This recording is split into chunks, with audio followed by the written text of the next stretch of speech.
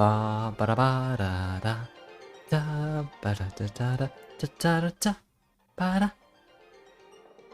Hello. Good evening, my dearies. How you doing tonight?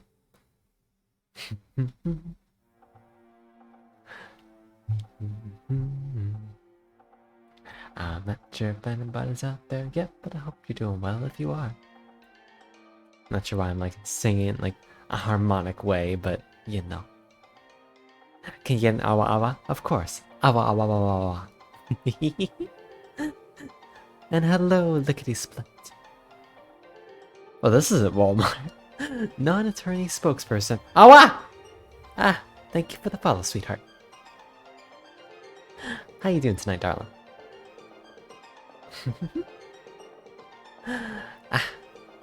Today is going to be a very interesting stream. I have a bunch of different Japanese folk tales all ready for our reading pleasure.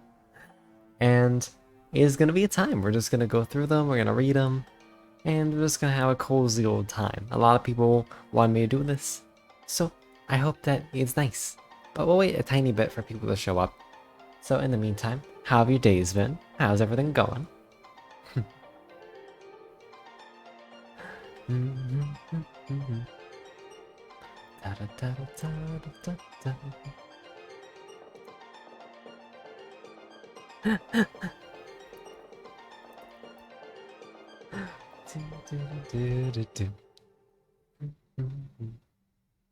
Oh well.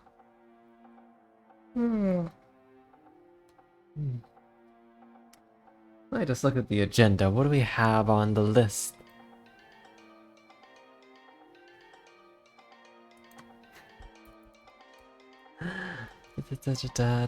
Okay, so some of the ones that you may know. We got the Tale of Momotaro. We've got My Lord Bag of Rice. The Tongue-Cut Sparrow. And then 8 smaller ones that I found that I thought would be, hey, nice little in-between bits to start up on. Maybe you know the 2 frogs, the Mirror of Matsuyama. Things like that. Oh, it looks like the tongue-cut sparrow is on this one too, but it's like the really shortened version. We're gonna ignore that one. Noko! Hello, Noko. How you doing, sweetheart?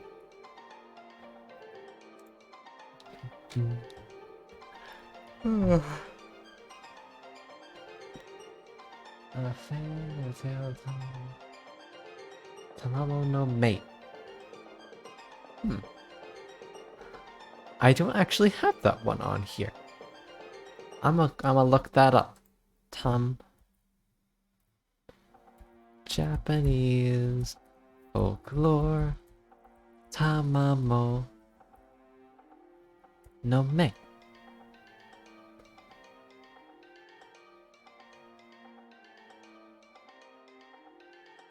Story.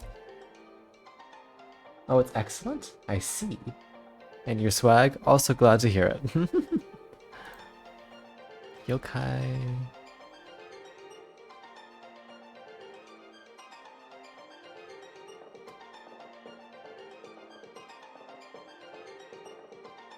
I see, okay. I'll add this one to the list. Sweet. But I guess we can begin. Alright. Let's go to one of our tiny ones first. Oh. And we'll start with a tale of 2 frogs. I'll drink a little bit of water.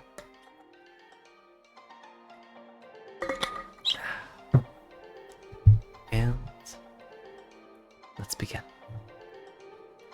Once upon a time, in the country of Japan, there lived 2 frogs, one of whom made his home in a ditch near the town of Osaka on the seacoast, while the other dwelt in a clear little stream which ran through the city of Kyoto. At such a great distance apart, they had never even heard of each other. But, funnily enough, the idea came into both their heads at once that they should like to see a little of the world.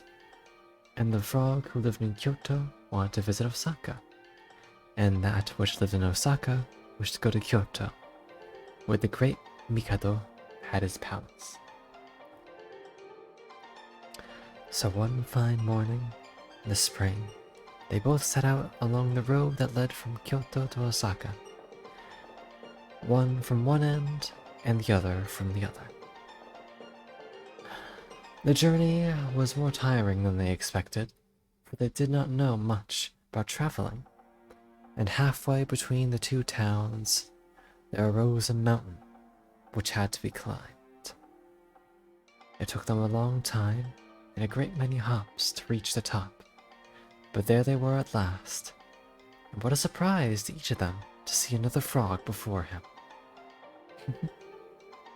They looked at each other for a moment without speaking, and then fell into conversation, explaining the cause of their meeting so far from their homes. It was delightful to find they both felt the same wish to learn a little bit more of their native country, and as there was no sort of hurry, they stretched themselves out in a cool, damp place, and agreed they would have a good rest before they parted to go their ways. Pardon me. What a pity we are not bigger, said the Osaka Frog. For then we could both see... Pardon me. Then we could see both towns from here, and tell if it is worth our going while going on. Oh, that is easily managed, returned the Kyoto Frog. We have only to stand on our hind legs and hold on to each other. Then we can look at the town he is traveling to. This idea pleased the Osaka Frog so much that at once he jumped and put his front paws on the shoulder of his friend, who had risen also. There they both stood, stretching themselves as high as they could, and holding each other tightly so that they did not fall down. The Kyoto Frog turned his nose towards Osaka, and the Osaka Frog turned his nose towards Kyoto. But the foolish things forgot that when they stood up, their great eyes lay in the back of their heads. And though their noses may point towards the places they wished to go, their eyes behind saw the places at which they had come. Dear me, cried the Osaka Frog. Kyoto is exactly like Osaka. It is certainly not worth such a long journey. I shall go home. If I had any idea Osaka was with only a copy of Kyoto, I should have never traveled all this way, exclaimed the frog from Kyoto. And as he spoke, he took his hands from his friend's shoulders, and they both fell down on the grass. Then they took a polite farewell to each other, and set off for home again. And to the end of their lives, they believed that Osaka and Kyoto, which are as different as two towns can be, were as alike as peas.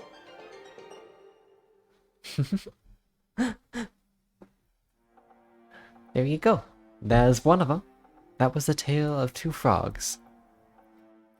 This one was by Andrew Lang in the Violet Fairy book, published in the 1900s. Very early 1900s, 1901.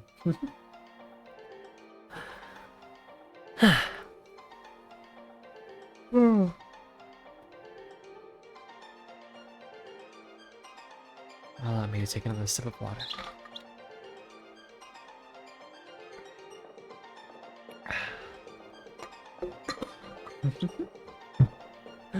So I guess I'm not sure if I'm gonna like super analyze the meaning of these stories, but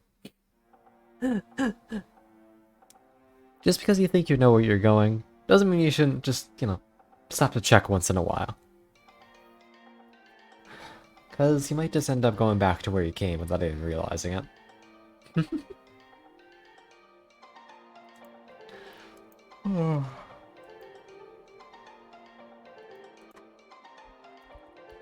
Yeah. Also, I'm almost willing to bet Mr. Non-Attorney Spokesperson. That your love of Tamamo no Me is fate-based. This is a call-out post, solely because I have a lot of friends who play Fate, and if they can't escape it, neither can you. Excuse me. In a non-call-out perspective, I messed around with the noise filter on my microphone a little bit. So when I'm not talking now, there should be some less static in the background. I'm not sure if anyone knows the difference, or noticed a difference, but let me know if you did. Yeah. Alright. Let's see. Got the tail of two frogs.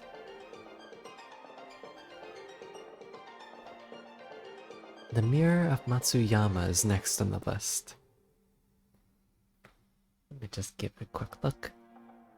Ba da ba da ba ba ba ba ba ba ba ba ba ba ba. Alright. Mirror of Matsuyama.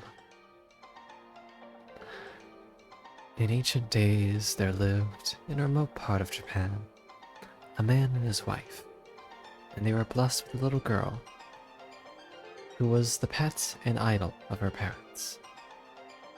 On one occasion, the man was called away on business in distant Kyoto. Before he went, he told his daughter that if she were good and dutiful to her mother, he would bring her back a present she would prize very highly.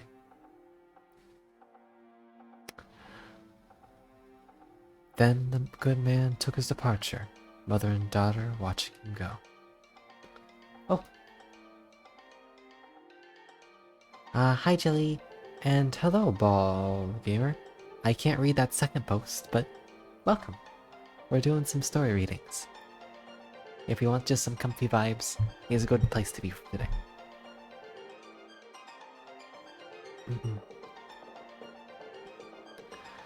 At last he returned to his home, and after his wife and child had taken off his large hat and sandals, he sat down upon the white mats and opened a bamboo basket, watching the eager gaze of his little child. He took out a wonderful doll and a lacquer box of cakes and put them into her outstretched hands. Once more he dived into his basket and presented his wife with a metal mirror. Its convex surface shone brightly, while upon its back was a design of pine trees and storks.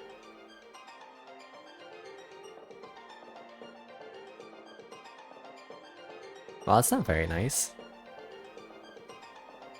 I'll do whatever the hell I want, sir.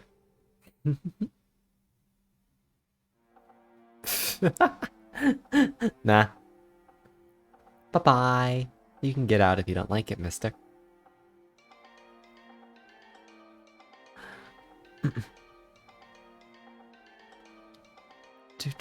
The good man's wife had never seen a mirror before, and on gazing into it she was under the impression that another woman looked out upon her as she gazed with growing wonder. Her husband explained the mystery and bade her take great care of the mirror. Yes, I'm having plenty of fun. Not long after this happy homecoming and distribution of presents, the woman became very ill. Just before she died, she called to her little daughter and said, "Dear child, when I am dead, take every care of your father. You will miss me when I have left you, but take this mirror. And when you feel most lonely, look into it, and you will always see me." Having said these words, she passed away.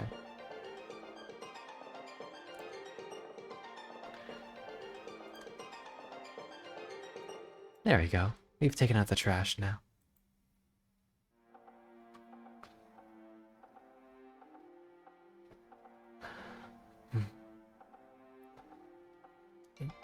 But in due time, the man married again, and his wife was not at all kind to her stepdaughter.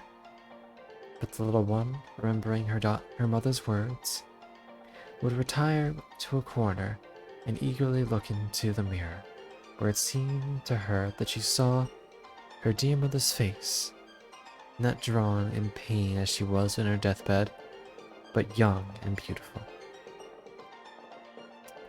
One day, this child's stepmother chanced to see her crouching in the corner over an object she could not quite see, murmuring to herself. This ignorant woman, who detested the child and believed that her stepdaughter detested her in return, fancied that this little one was performing some sort of strange magical art, perhaps making an image and sticking pins into it. Full of these notions, the stepmother went to her husband and told him that his wicked child was doing her best to kill her by witchcraft. While the master of the house had listened to this extraordinary recital, went straight to his daughter's room. He took her by surprise, and immediately the girl saw him, she slipped the mirror into her sleeve. For the first time, her doting father grew angry, and he feared that there was, after all, truth in what his wife had told him, and he repeated her tale forthwith. When his daughter had heard this unjust accusation, she was amazed at her father's words, and she told him that she loved him far too well to ever attempt to wish to kill his wife, who she knew was dear to him. "What have you hidden in your sleeve?" said her father, only half convinced and still much puzzled. "The mirror you gave my mother, and which she on her deathbed gave to me. Every time I look into its shining surface, I see the face of my dear mother, young and beautiful. When my heart aches, and oh, it aches so much lately, I take out the mirror, and mother's face, with sweet, kind smile, brings me peace, helps me bear the hard words and cross looks." Then the man understood and loved his child with more for her filial piety. Even the girl's stepmother, when she knew what had really taken place, was ashamed and asked for forgiveness.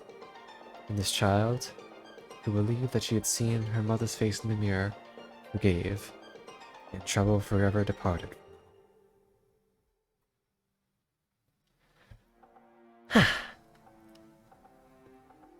It's such an interesting little quirk.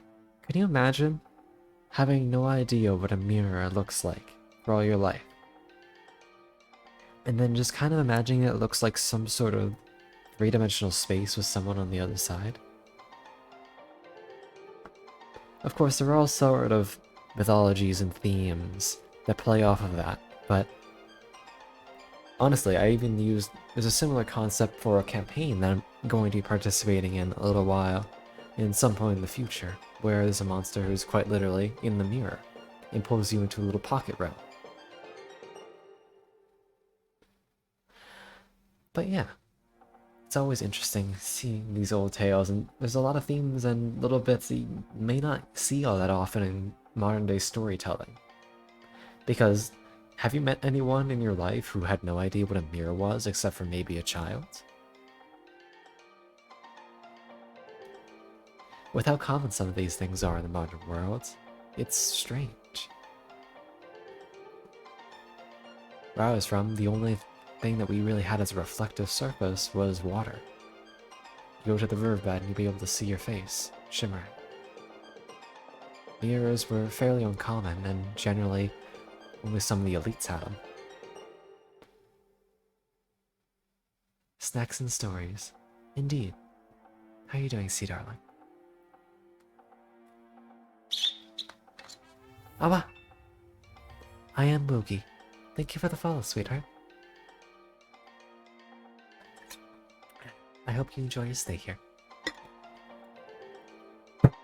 Alright, pardon me, I had a little illegal sip of water there. Alright. But yes, that last tale, The Mirror of Matsuyama, was made by, or published by, Hadlin Davis in the Myths and Legend of Japan book, pages 196 through 198. Alright. Let's see here. We have a decent audience now. I think it may be time to move on to one of our longer tales. Ah, a stretch routine. Here, let me do that for you real quick.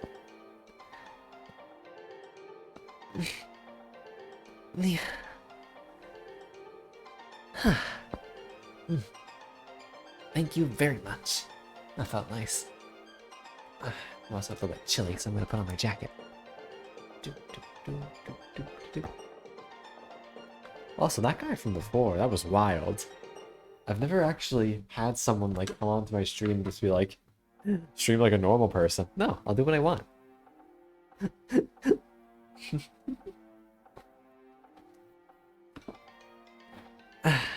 There we go.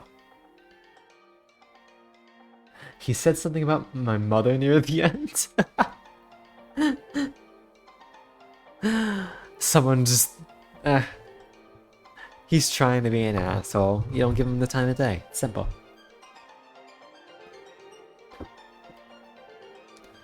Alright. Next on our list, if we're gonna go...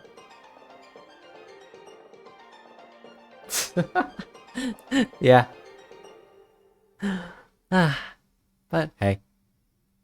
I don't care if they're more popular. I'll do what I want. If I want to be a fox boy and tell nice little stories to my friends, why shouldn't I? You gonna stop me? I don't think so. Wasn't very gamer of him. I suppose not. Alright. Let's see, what else can I... Alright, so we have a couple of longer stories. We have The Tale of Momotaro, My Lord Bag of Rice, and The Tongue-Cut Sparrow.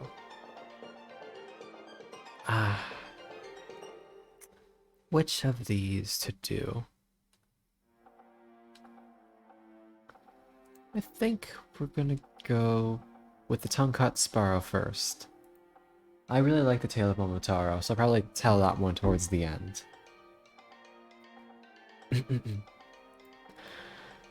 Okay, I'm gonna take a little bit of a drink first, because this is a longer story.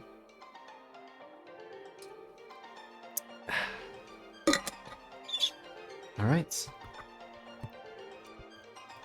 Begin.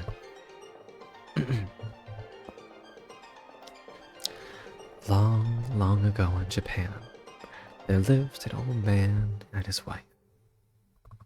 The old man was a good, kind-hearted, hard-working old fellow, but his wife was a regular crosspatch, who spoiled the happiness of her home by her scolding tongue. She was always grumbling about something from morning to night.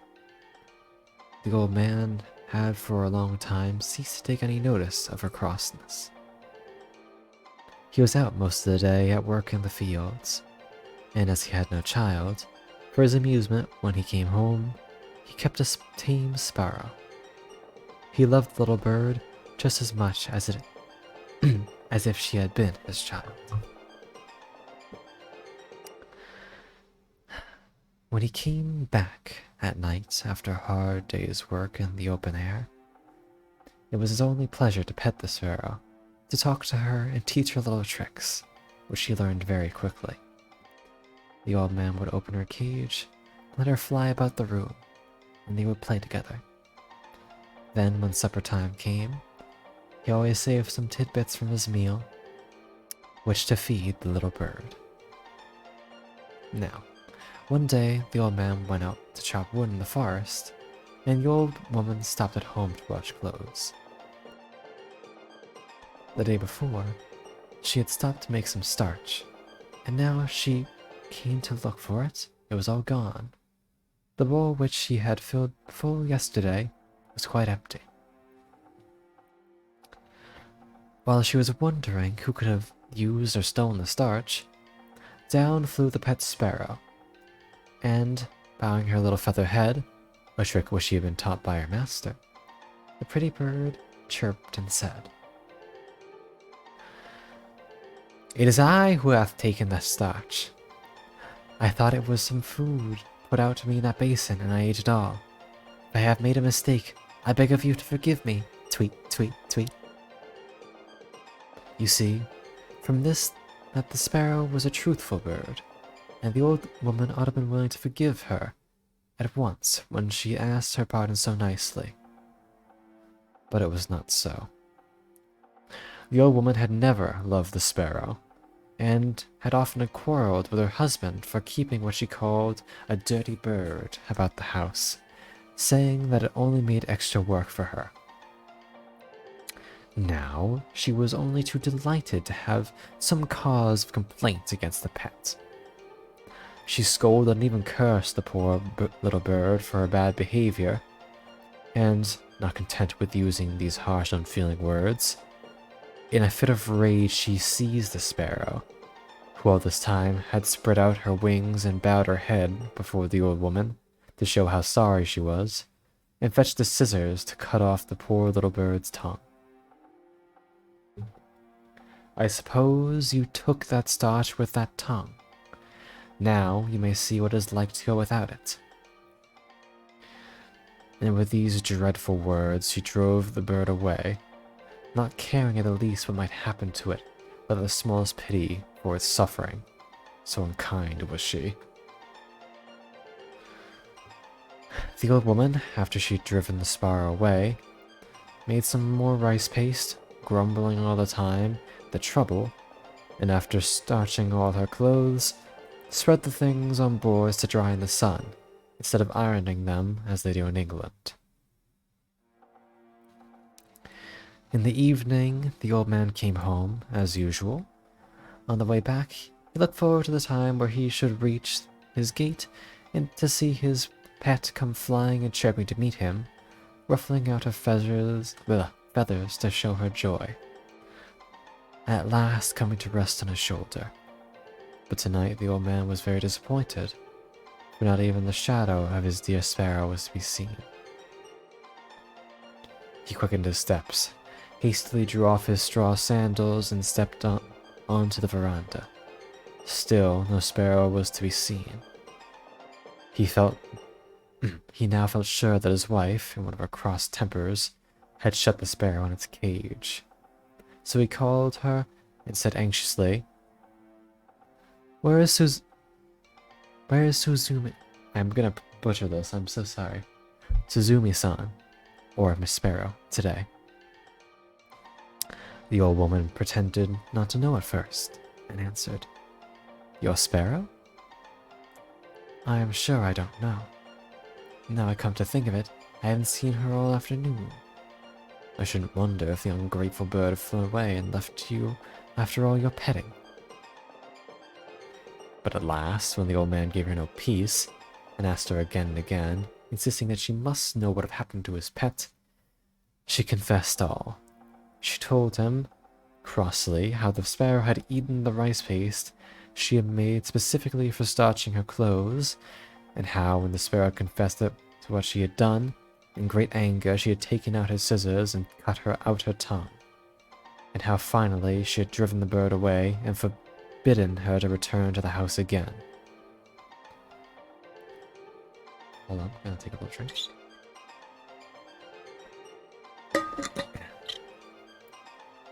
Then the old woman showed her husband the sparrow's tongue, saying, "Here is the tongue I cut off. Horrid little bird. Why did it eat all my starch?" But the man replied, "How could you be so cruel? Oh, how could you be so cruel?" That was all the man could answer. He was too kind-hearted to punish his shrew of a wife, but he was terribly distressed at what had happened to the poor little sparrow. "What a dreadful misfortune for my poor Suzanne-san to have lost her tongue," he said to himself. "She won't be able to chirp anymore, and surely the pain of cutting it off in that rough way must made her ill. Is there nothing to be done?" Oh, hold on, someone's knocking at the door. I'll be right back.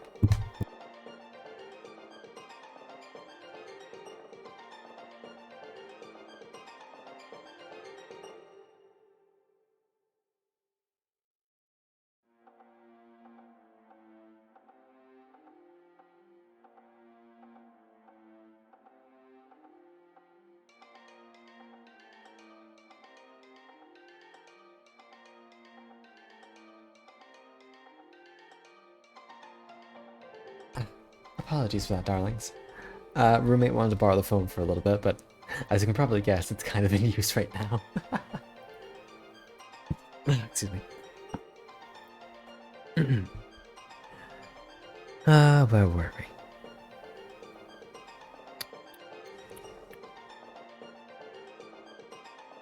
Ah, yes. The old man shed many tears after his cross wife had gone to sleep. While he wiped away the tears with the sleeve of his cotton robe, a bright thought comforted him. He would go look for the sparrow on the morrow. Having decided this, he was able to go to sleep at last. The next morning, he rose early, as soon as ever the day broke, and snatching a hasty breakfast, started out over the hills and through the woods, stopping at every clump of bamboos to cry, "Where, oh where does my tongue-cut sparrow stay? Where, oh where does my tongue-cut sparrow stay?" He never stopped to rest for his noonday meal, and it was far on in the afternoon when he found himself near a large bamboo wood. Bamboo groves are the favorite haunts of sparrows, and there, sure enough, at the edge of the wood, he saw his own dear sparrow waiting to welcome him. He could hardly believe his eyes for joy, and ran forward quickly to greet her. She bowed her little head and went through a number of the tricks her master had taught her, to show her pleasure at seeing her old friend again, and, wonderful to relate, she could talk of old. The old man told her how sorry he was for all that had happened, and inquired after her tongue, wondering how she could speak so well without it. The sparrow opened her beak and showed him that a new tongue had grown in its place of the old one, and begged him not to think any more about the past, for she was quite well now. Then the old man knew his sparrow was a fairy, and no common bird. It would be difficult to exaggerate the old man's rejoicing now. He forgot all his troubles. He even forgot how tired he was, for he had found his lost sparrow, and instead of being ill, without a tongue, as he had feared to expect to find her, she was well and happy with a new tongue, and without a sign of the ill treatment she received from his wife. Above all, she was a fairy. The sparrow asked him to follow her, and flying before him, she led him to a beautiful house in the heart of the bamboo grove. The old man was utterly astonished when he entered the house to find what a beautiful place it was. It was built of the whitest wood, the soft cream-colored mats which took place of carpets were the finest he had ever seen, and the cushions that the sparrow brought out for him to sit on were made of the finest silk and crepe. Beautiful vases and lacquer boxes adorned the tokonama, which is like sort of alcove where you put precious objects, in every corner of the room. The sparrow led the old man to the place of honor, and then, taking her place at a humble distance, she thanked him with many polite bows for all the kindness he had shown her over the many long years. Then the Lady Sparrow, as we will now call her, introduced all her family to the old man. This done, her daughters, robed in dainty crepe gowns, brought in on a beautiful old-fashioned trays a feast of all kinds of delicious foods, till the old man began to think he must be dreaming. In the middle of dinner, some of the sparrow's daughters performed a wonderful dance, called the Suzume Odori, or the Sparrows Dance, to amuse the guest. Never had the old man enjoyed himself so much. The hours flew by too quickly in this lovely spot, with all these fairy sparrows to wait upon him, and to feast and dance before him. But the night came on, and the darkness reminded him that he had a long way to go and must think about taking his leave to return home. He thanked his kind hostess for a splendid entertainment and begged her, for his sake, to forget all she had suffered at the hands of his cross old wife. He told the Lady Sparrow that it was a great comfort and happiness to find her so well in such a beautiful home, and to know that she wanted for nothing. It was his anxiety to know how she fared and what would really happen to her that had led him to seek her. Now he knew that all was well and he could return home with a light heart. If ever she wanted him for anything, she'd only need to send for him, and he would come at once. Gonna take a little drink.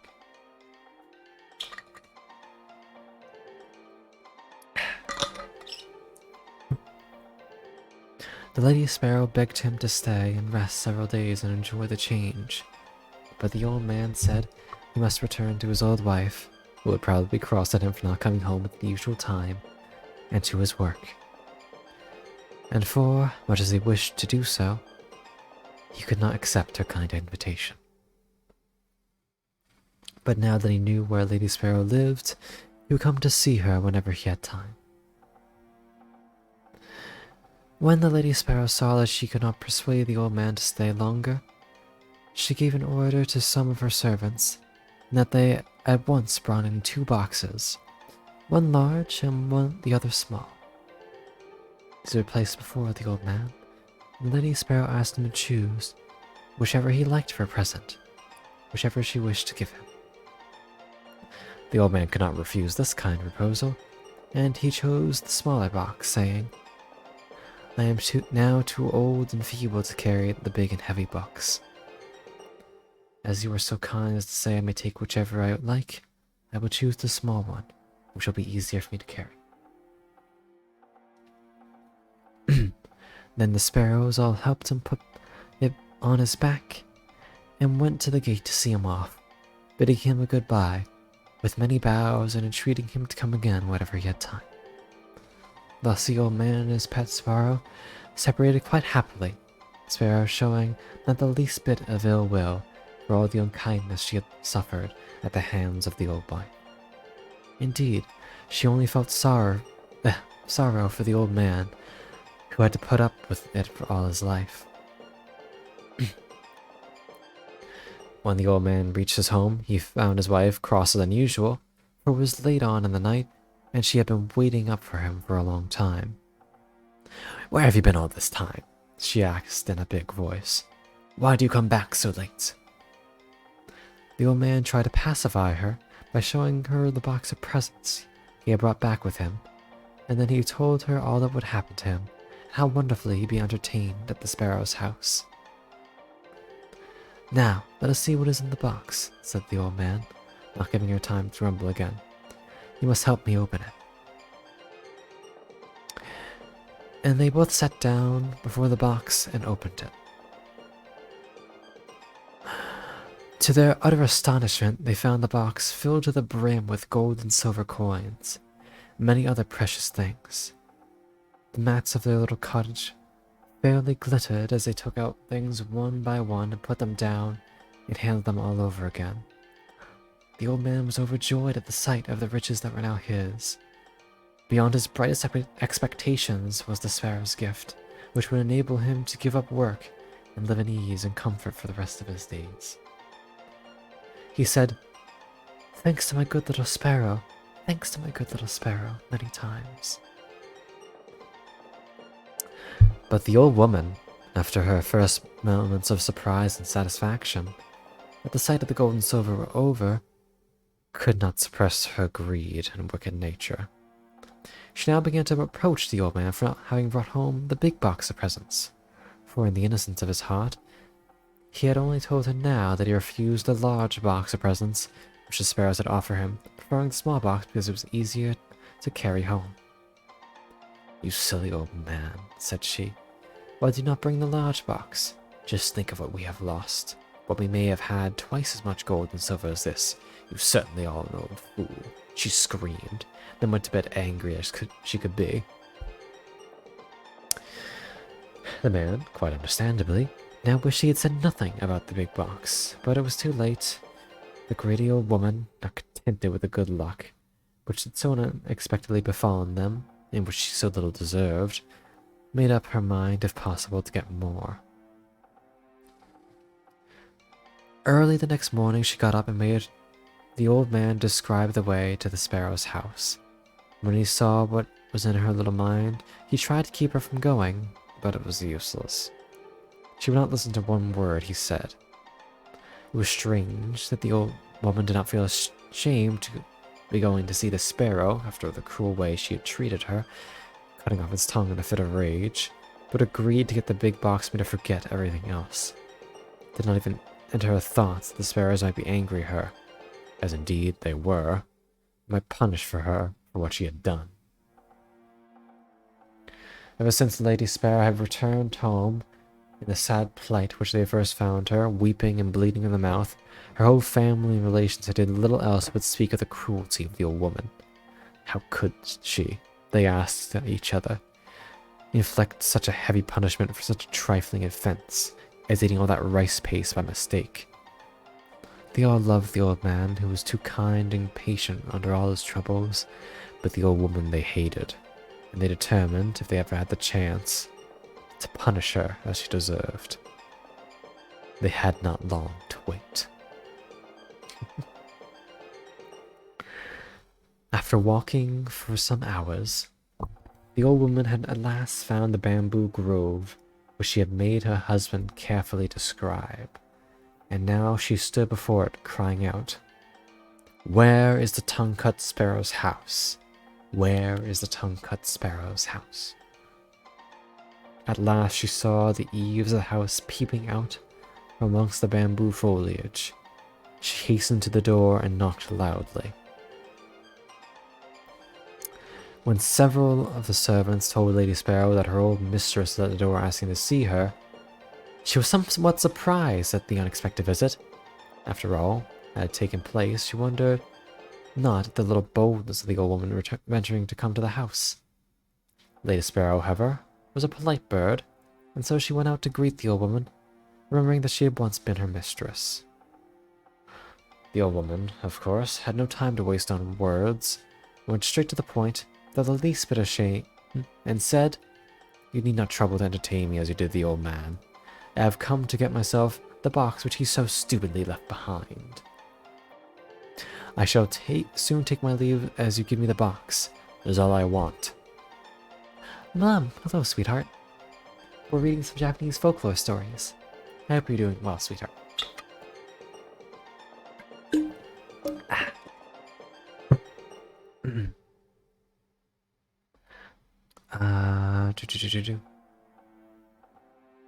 The Lady Sparrow had once consented and told her servants to bring out the big box.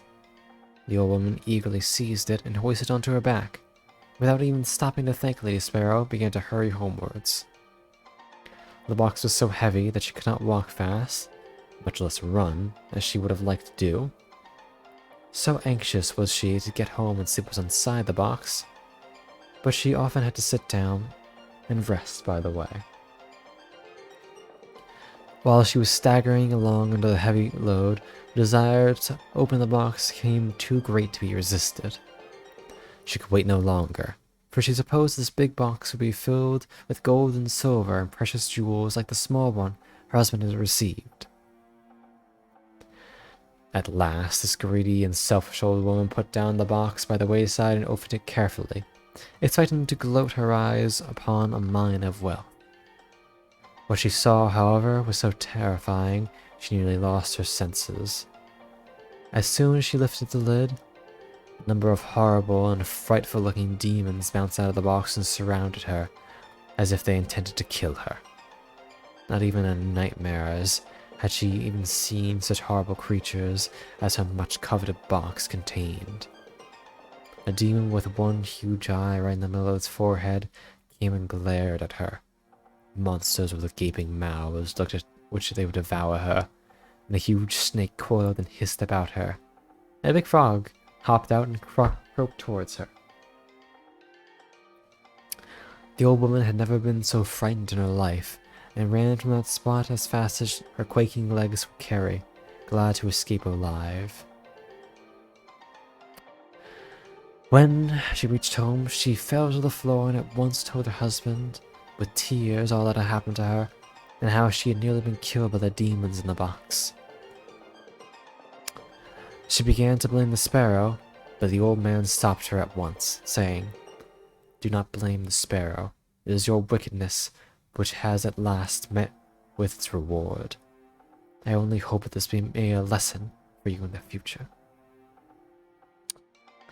The old woman said nothing more, and from that day she repented of her cross, unkind ways, and by degrees became a good old woman, so that her kindly husband hardly knew her to be the same person, and they spent the last of their days together happily, free from want or care, carefully spending the treasure the old man had received from his pet, the tongue-cut sparrow. Whew! Jeez, that was a big one. Ah. Oh, my bones hurt a little bit. Ah, my tongue is dry. Bleh.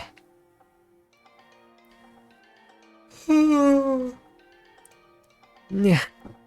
I'm talking so much, I kind of forgot just how much talking a stream like this would require, but I'm kind of dumb, so I guess that just kind of goes with the territory, really.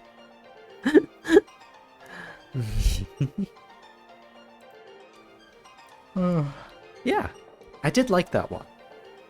It does literally just come down to the end of scaring the old woman shitless because of her greediness, so she repents, but if it works, don't fix it. An exercise redeem. Alright, lickety split.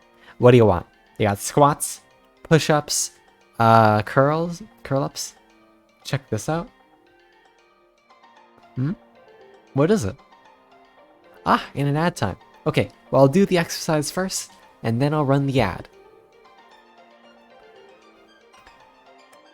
So, lickety sweetheart, just let me know which of those three you'd like, and I'll do it for you.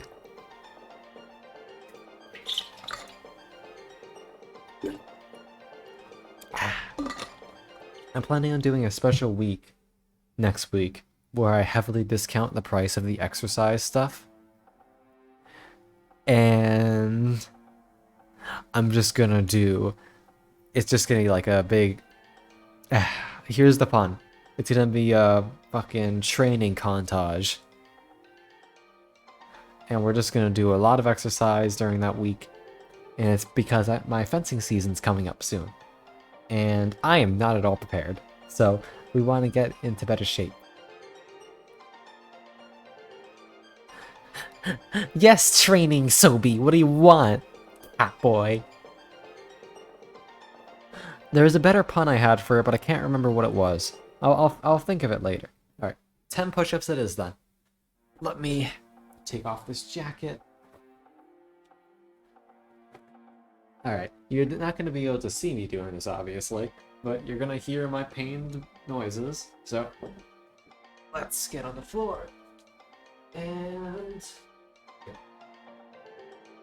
1, 2.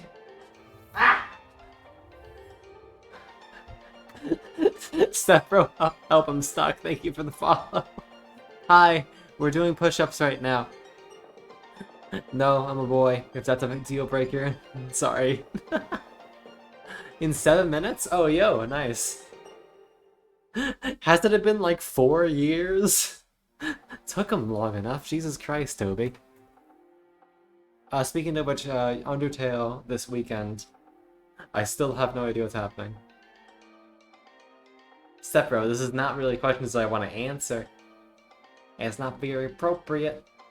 Alright, back to my push-ups. Hold on. 2, 3.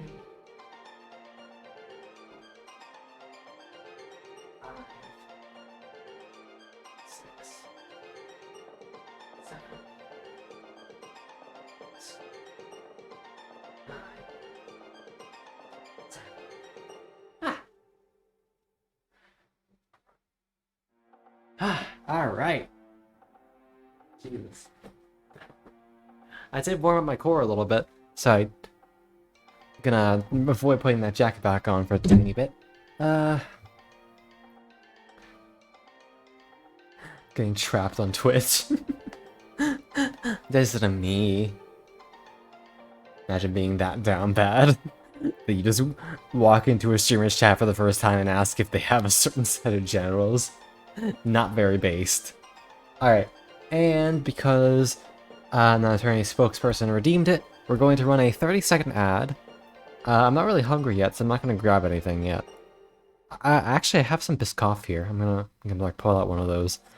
Alright, and ad is running. Cool, 30 seconds of that. I'm gonna pull out a cookie. Excuse me. These are really good cookies. They're just like little spicy little things. It's just cinnamon.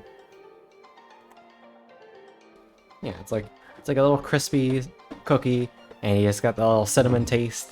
It's nice. I like them.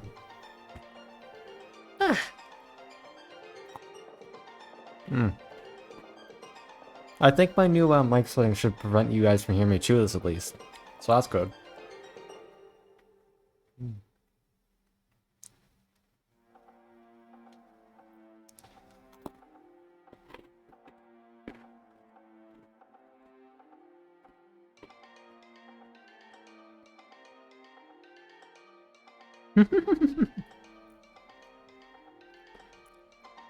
So everyone knows what's up. I got that cake. I got undeniable amounts of cake. And I got tail too. Big fluffy tails. Yes, I am very parched. Eating a really dry cookie afterwards too probably isn't helping, but at least these are making me salivate.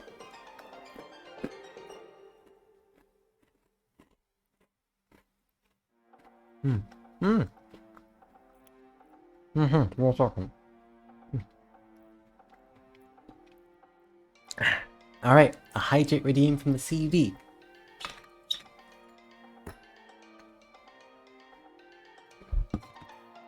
Thank you for that.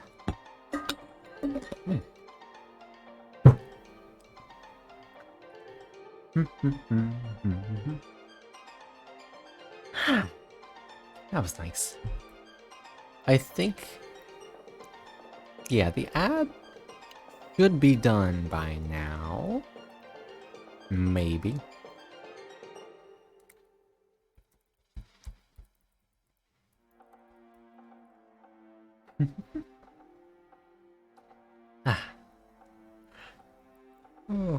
Oh yeah. On a completely unrelated note, I'm gonna quickly show this because I'm screaming. But that art of my character of the which oh wait, 2 hydrates. Oh, I shall drink again.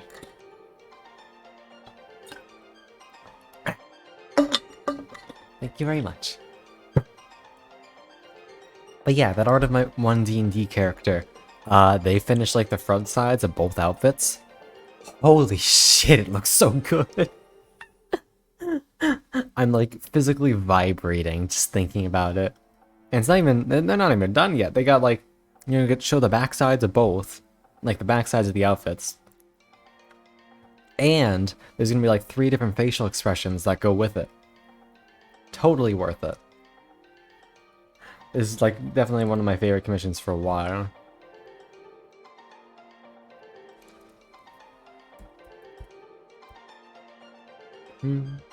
So yeah, let me show you the bean.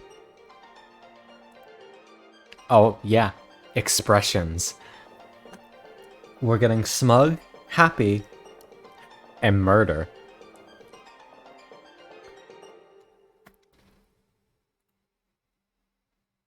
Alright, hold on. What's on this layer? What is this? Oh, go back, go back! Chat padding image.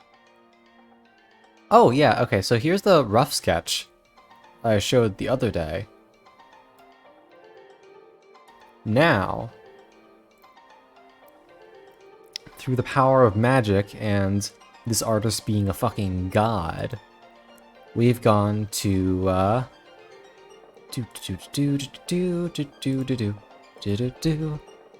From that, we have gone to this in a matter of like 3 days. Yeah! That's my daughter. I love her so much.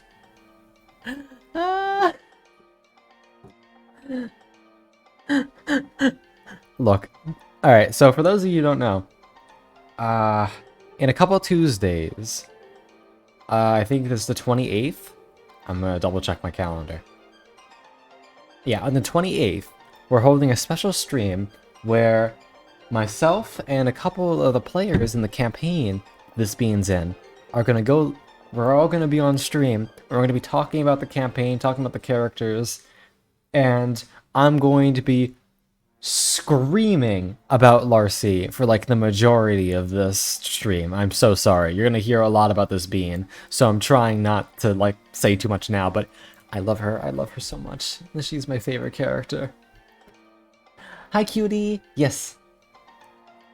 This is like some art I got of one of my D&D characters that's almost done, and it looks so good. Girl I'm talking to plays D&D. Nice. D&D is a very, very fun. Also, like, just the fucking blade alone is enough to make me... very nice. But yes, getting sidetracked aside, welcome in, sweethearts. We are doing some Japanese folklore readings tonight. We just got finished reading The Tale of the Tongue-Cut Sparrow, and some smaller stories. So I'm gonna put this one to the side.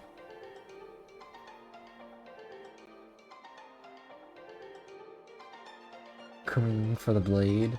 Shut up, cutie. It has a really nice design. What do you want?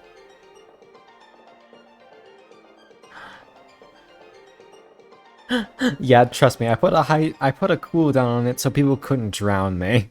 Because people used to do that.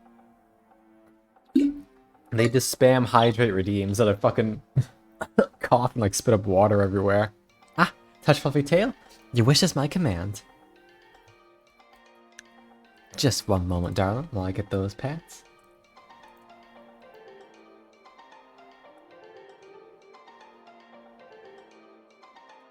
Look, it's not my fault that Larcy just wants to bedazzle a sword. She'll do what she wants. She's a goblin. There we go. Yeah, that's one. Another hydrate redeem. Once I put these head pots on, I shall deal that. There's two. Yes, you're absolutely enabling her, because guess what? In her new piece of art, she has a heart necklace that doesn't exist yet. You wanna know who's making that? You are. Oh yeah, for the record, two of the people I'm talking about are here right now. The CD player and the non-attorney spokesperson. CD player is the DM of that campaign. Non-attorney spokesperson is one of the other big characters in it. And I'd say probably the one that Larcy has the most chemistry with. There we go. There's some tail floofing for you. Consume the agua. Yes, I shall drink the water now. Ah, thank you very much, Sophie. Just don't make me drink too much or else I'm gonna run out of water. C can't stop me. C wants me to go off the fucking rails. He wants to see what I can do. Trust me, I've talked about some of my plans that you don't even know yet, son. Yes, but every time you hydrate me, you get further from your goal, Sobi.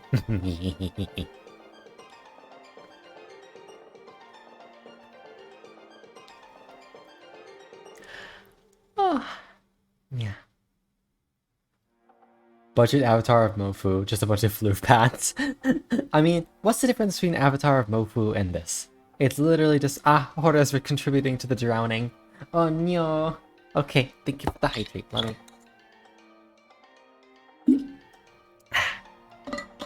I have water in my lungs, thank you. Or throat. I don't think you're supposed to get water in your lungs, that's bad. But yeah, what, Avatar of Mofu is literally just the tail pat redeem, plus the head pat redeem, plus you get 2 ear fluff paths that you don't get from either of them. That's why I'm... No, I breathe water. Cutie, I'm not sure if that's correct. Hora has redeemed something special. Just a little... Hara hara.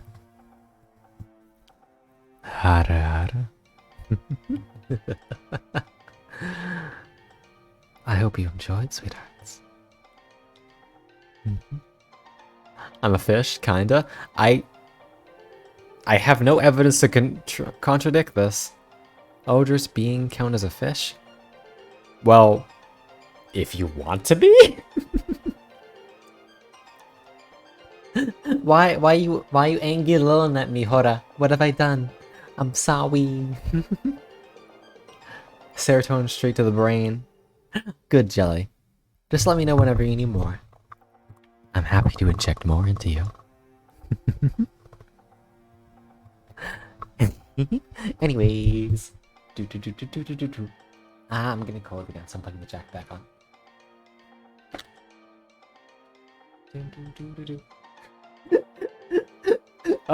I killed. I'm sorry. Caswell's fucking dead. I can't believe it. Oh yeah, non-attorney spokesperson. Their character in games Caswell. For Jelly also getting shot. Jelly, you're a good friend. I always don't mind melting you. Not to mention it's really easy. Excuse me. Ba ba ba ba. Alright. I save Jelly. You can't save Jelly. Jelly can't save themselves. Oh dear. Sorry things that I'm not aware of yet. Concern. By eating the bullet. Cutie. Cutie. Darling. I know you. You'll melt. And then I'll just end up getting Jelly anyway. Both of you will melt at the same time. Double kill, baby.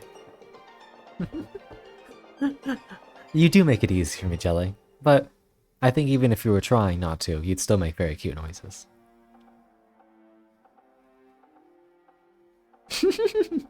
I'm very much looking forward to next Tuesday. Likewise. I cannot wait for more beans. What the fuck? Okay. Maybe I can't kill them, but I can fluster them to all hell. I don't need to kill you. But the ability to just say some words and get people down on their knees is very useful, don't you think?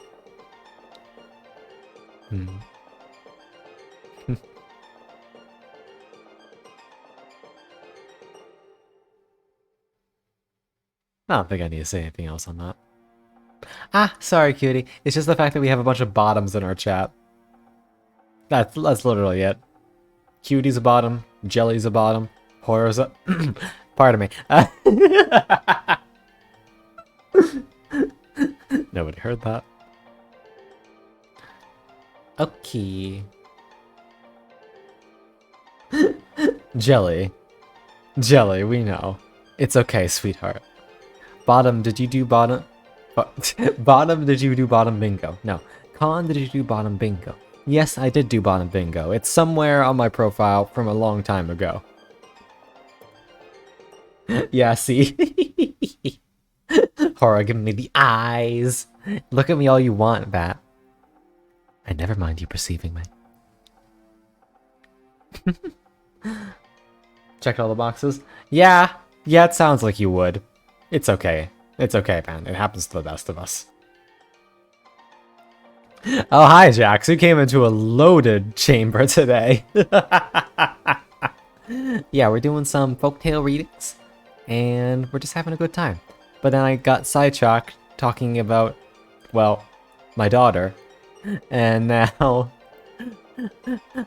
we're just, I'm just, down pointing at the bottoms.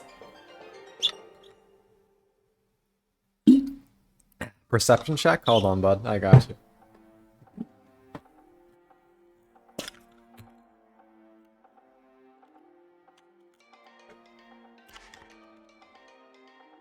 Not even joking, got a 20.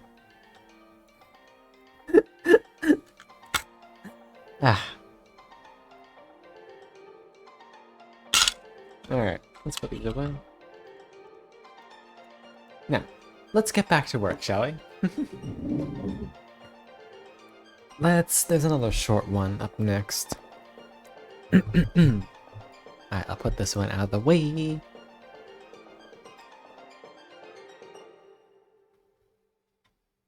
I fall into a cute fox's chat, oh no. It's okay, Jax. Adorable elves are always welcome here, sweetheart. Mm-hmm.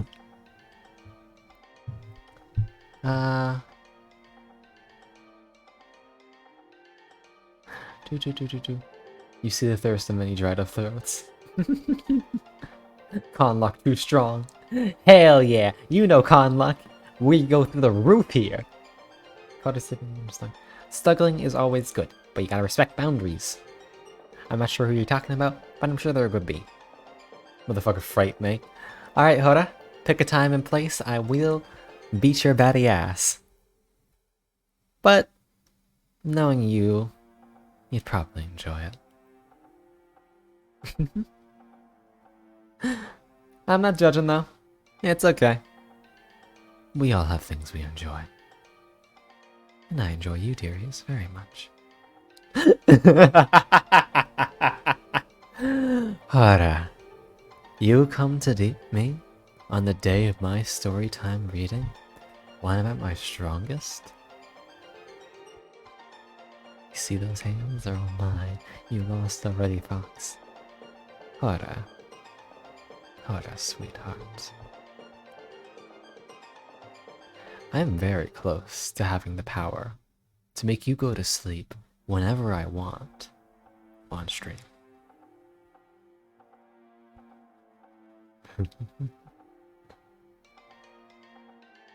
Let's see what's happening here. Cupid, Con can't hear right now because I'm not home. You're correct, Cutie is very easily flustered. Tell us a story of you curb stomping sometime? No! I don't want to bully my friends, they're blessed beans.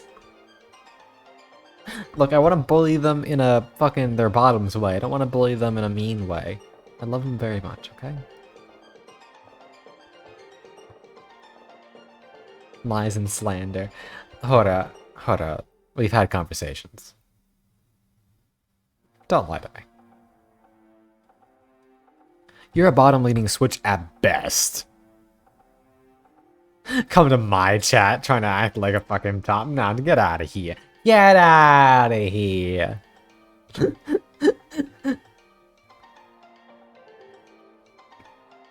And me? I'm the most dangerous thing around. I'm a bratty switch who hates losing.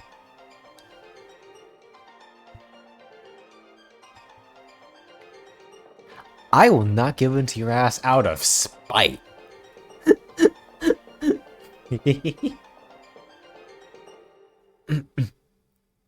Everything you can say will be used against you. That's fair.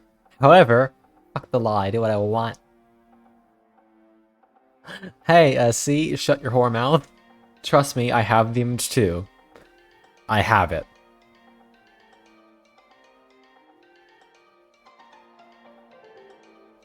It's okay, Hora. No matter what you would have said, it doesn't matter.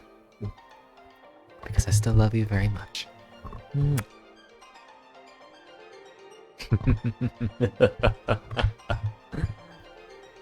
Alright.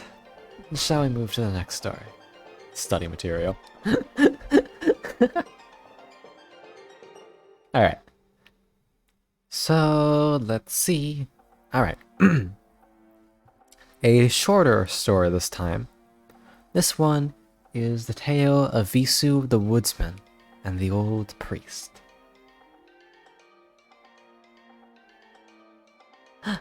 Yes, I want all the bat smoochies. I'll hoard them to myself.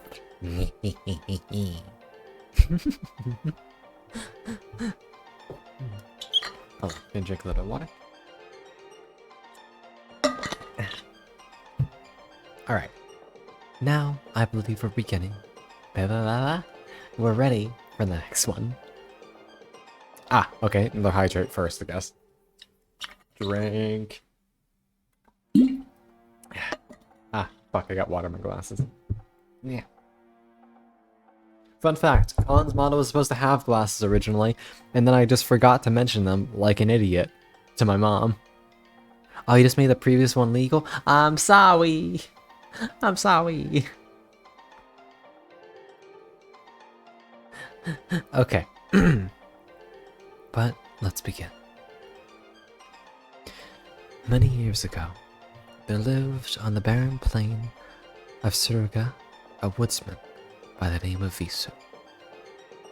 He was giant in stature and lived in a hut with his wife and children.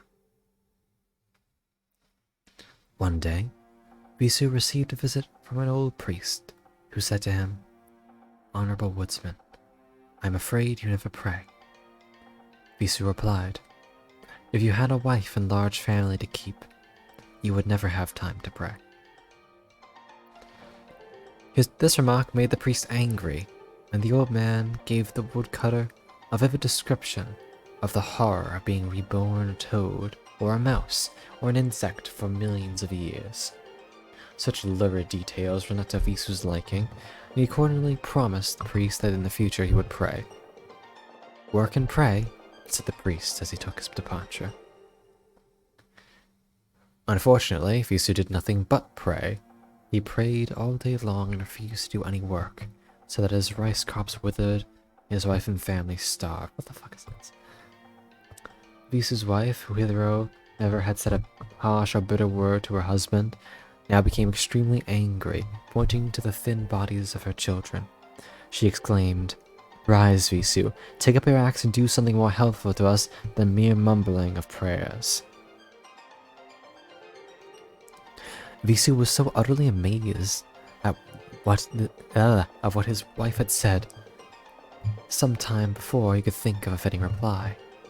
When he did so, his words came out hot and strong, to the ears of his poor, much wronged wife. "Woman," he said, "the gods come first." "Oh, Jesus, you're an impertinent creature to speak to me so, and I will have nothing more to do with you." Visu snatched up his axe, and without looking round to say farewell, he left the hut, strode out of the wood, and climbed up Fujiyama, where the mist hid him from sight.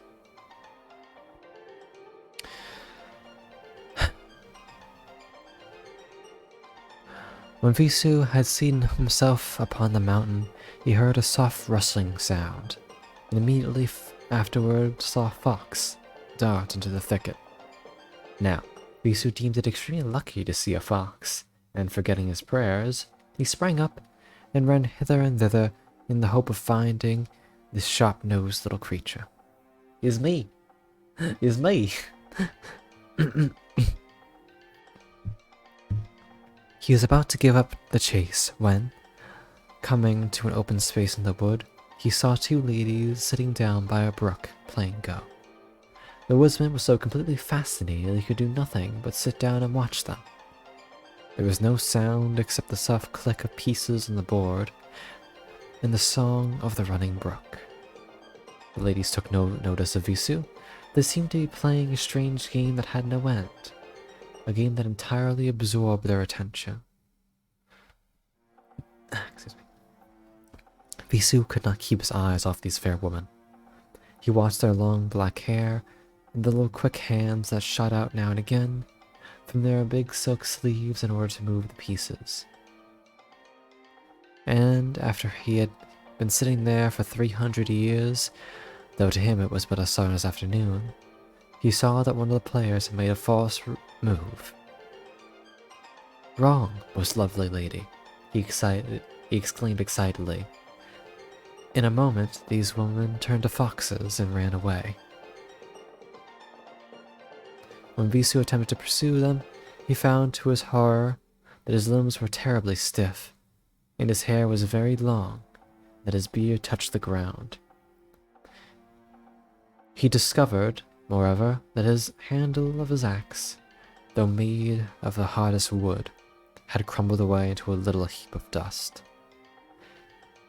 After many painful efforts, Visu was able to stand on his feet and proceed very slowly towards his little home.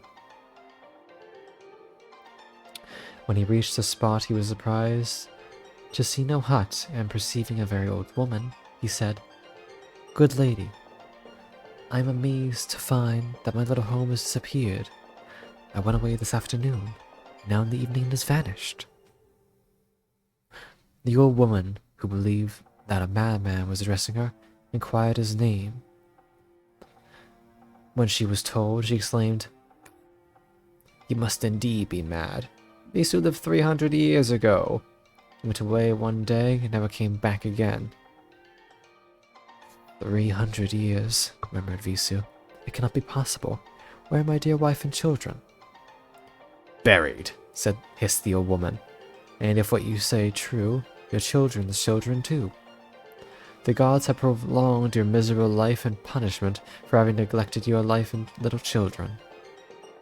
Big tears ran down Visu's withered cheeks as he said in a husky voice, "I have lost my manhood. I have prayed when my dear ones starved and needed labor from my once strong hands. Old woman, remember my last words. If you pray, work too." We do not know how long poor but repentant Visu lived after he returned from his strange adventures. His white spirit still lay to haunt Ujima, and the moon shines bright. Oh, that was morbid. I'm not sure what the takeaway from that one is, Chief. I mean, I guess you kind of say it, work and pray, but don't, I guess more accurately, don't direct all your focus towards a little thing and neglect everything else, because that'll just end to shit being even worse. I guess that works? Who knows?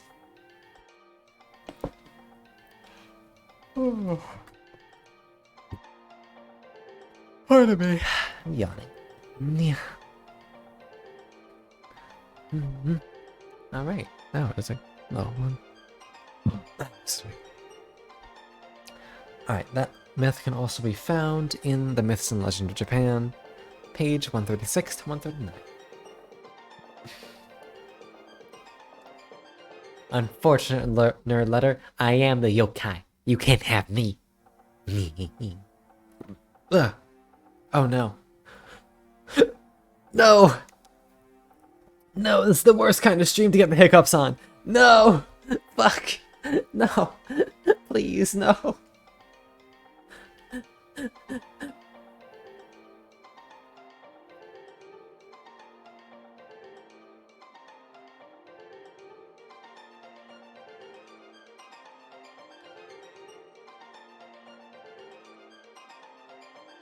Okay. I think they're gone. I think they're gone. Okay. Jesus. You can't kidnap me. You don't know where I am. Dumb. Unfortunate. I am immune to that. I get my tails and head pats so often, you can't stun me with it anymore. Foolish human, you dare defy me? I'll body slam you. Onto like something soft like a bed, but still. Shush. Shush. Bad. Goodbye. No kidnapping cons. We are rare in the wild. Hold on. Alright.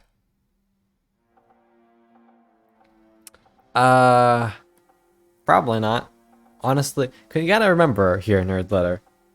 I'm playing Undertale for the first time.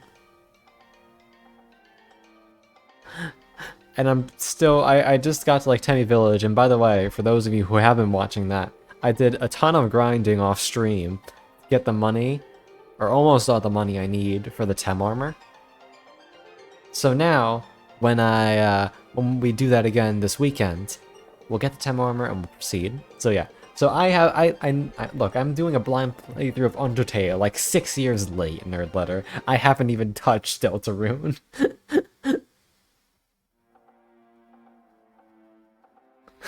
Fox addicted to head pads threatens to murder viewer. Lickety split, no! No, is that true? You did not see it easily. Shh, shh. Lies and slander. Oh god. Alright, I'm definitely no, I think I'll at least pass until I finish Undertale, because look, I don't want to even look into that whole thing. Though I hear it has been waiting for like 4 years, so good for them finally getting a sequel to play. They've waited, and they earned it.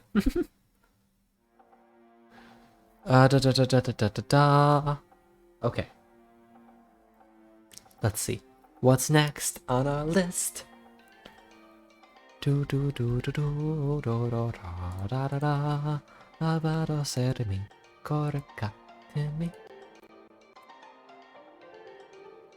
have a couple. We could do another long one. We have the Adventures of the Little Peachling. Actually, the Little Peachling is supposed to be cute, I think. Well, knowing them, probably not. The person who sent me this one. Yeah, and if any of you have personal recommendations, feel free to let me know too. Because I'm not sure how much... how much content I have prepared versus how long stream may go. So yeah.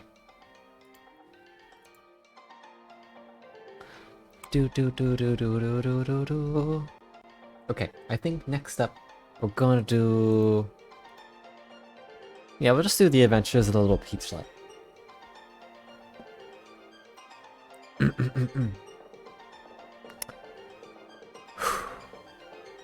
Many hundreds of years ago, there lived an honest old woodcutter and his wife. One fine morning, the old man went off to the hills with his billhook to gather some sticks, while his wife went down to the river to wash the dirty clothes. When she came to the river, she saw a peach floating down the stream, so she picked it up and carried it home with her, thinking to give it to her husband to eat when he should come in. The old man soon came down from the hills, and the good wife set up the peach before him, when... Oh, wait! No. This is like... I'm a fool! This is a prelude to the story of Momotaro, which we have a better, much longer version of that I can read to give you like the full experience. I'm sorry, I'm a fool. So we're probably gonna hear that beginning again when we read the real tale of Momotaro. Yeah.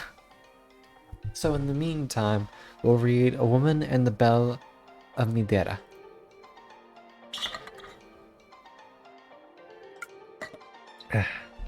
This is a really short one.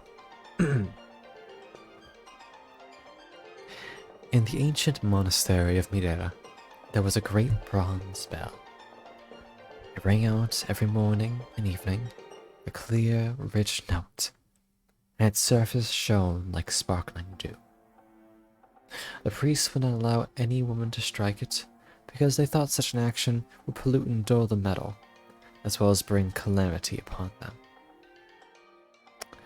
There was a certain pretty woman who lived in Kyoto who heard this. She grew extremely inquisitive, and at last, unable to restrain her curiosity, she said, "I will go and see this wonderful bell of Medeira. I will make it send forth such a soft note and in its shining surface, bigger and brighter than 1,000 mirrors, I will paint and powder my face and dress my hair. At length, this vein. A lot of this just seems like tales against vanity, but they're targeting against lasses in particular, which is kind of yabai. But we'll finish this one because we're almost done. At length, this woman reached the belfry in which the great bell was suspended, at a time when all were absorbed in their sacred duties. She looked into the gleaming bell and saw her pretty eyes, flushed cheeks, and laughing dimples. Presently, she stretched forth her little fingers and lightly touched the shining metal, and prayed she may have this great and splendid mirror of her own. When the bell felt this woman's fingers, the bronze she touched shrank, leaving a little hollow, and losing at the same time all its exquisite polish. Like, that's it. That one's just kind of like, okay, the church told you not to do a thing. You did the thing. You got fucked. Or more accurately, you just kind of ruined it. That's not fun. That's not like a cool story. It's just sad.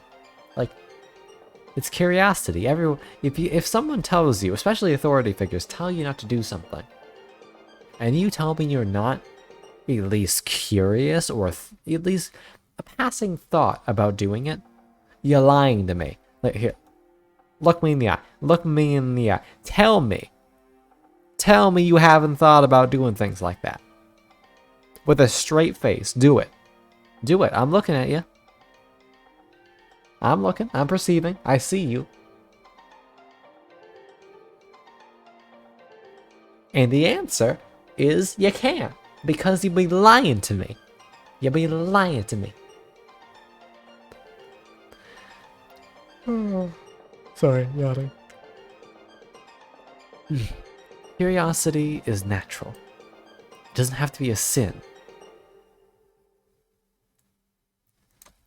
Even if some figures and texts want you to believe that it is. No, curiosity is never a sin.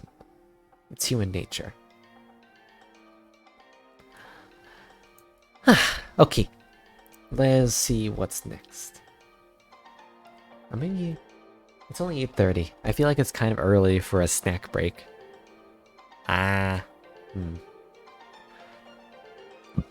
Excuse me.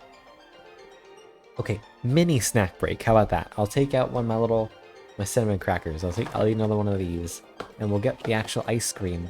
Actually, I don't think we're having ice cream tonight. Did I get ice cream? I'm not sure. Maybe we're having ice cream. Maybe we're having some Oreos with milk. And a hydrate redeem. Yes, thank you, sweetheart. Let me lubricate my organs. Sorry, Feather and Talon, to be here. I totally stole up from you. Separate your snack time. Yes, I divide it. Look, ain't nobody gonna stop me from eating this cinnamon cookie. I love them. They're tasty. Ow.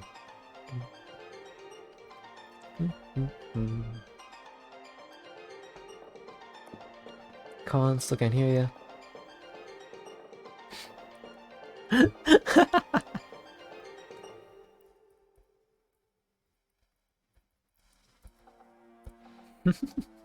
Yeah, for reference, I don't think I've actually told any of you this yet. But in the future, I think it's sometime in October, I'm doing a big You Laugh, You Lose collab, or I guess trying to laugh collab, with a bunch of other VTubers. And it's gonna be a fun time. Kong will definitely not laugh the most. Draconian! Squish. I swish you. And that's for Cupid. Cool. How are you, Dragonian?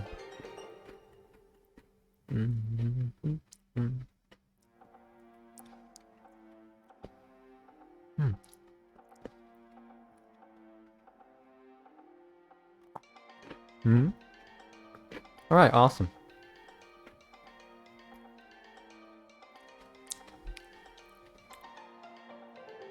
Yeah, I'm sorry, Jikun Yoon.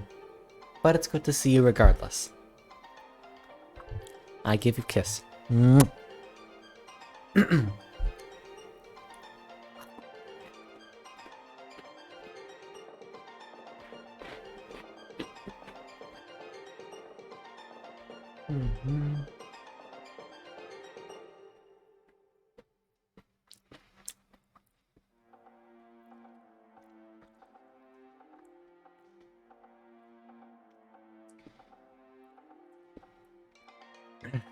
Sorry.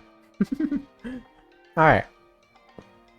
After that snack and this drink, I think it's time for one of the longer stories.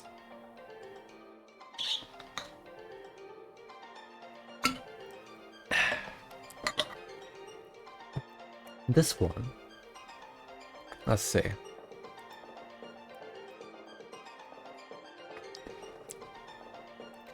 We have My Lord Bag of Rice or The Tale of Momotaro.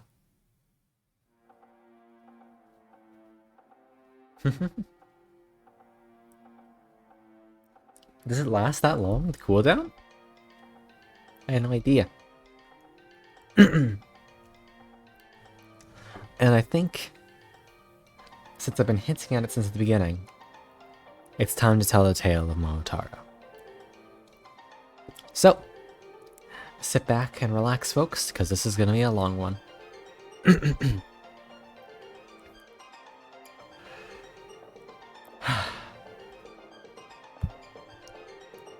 Long, long ago, there lived an old man and an old woman. They were peasants and had to work hard to earn their daily rice. The old man used to go and cut grass for the farmers around, and while he was gone, the old woman, his wife, did the work of the house and worked in their own little rice field.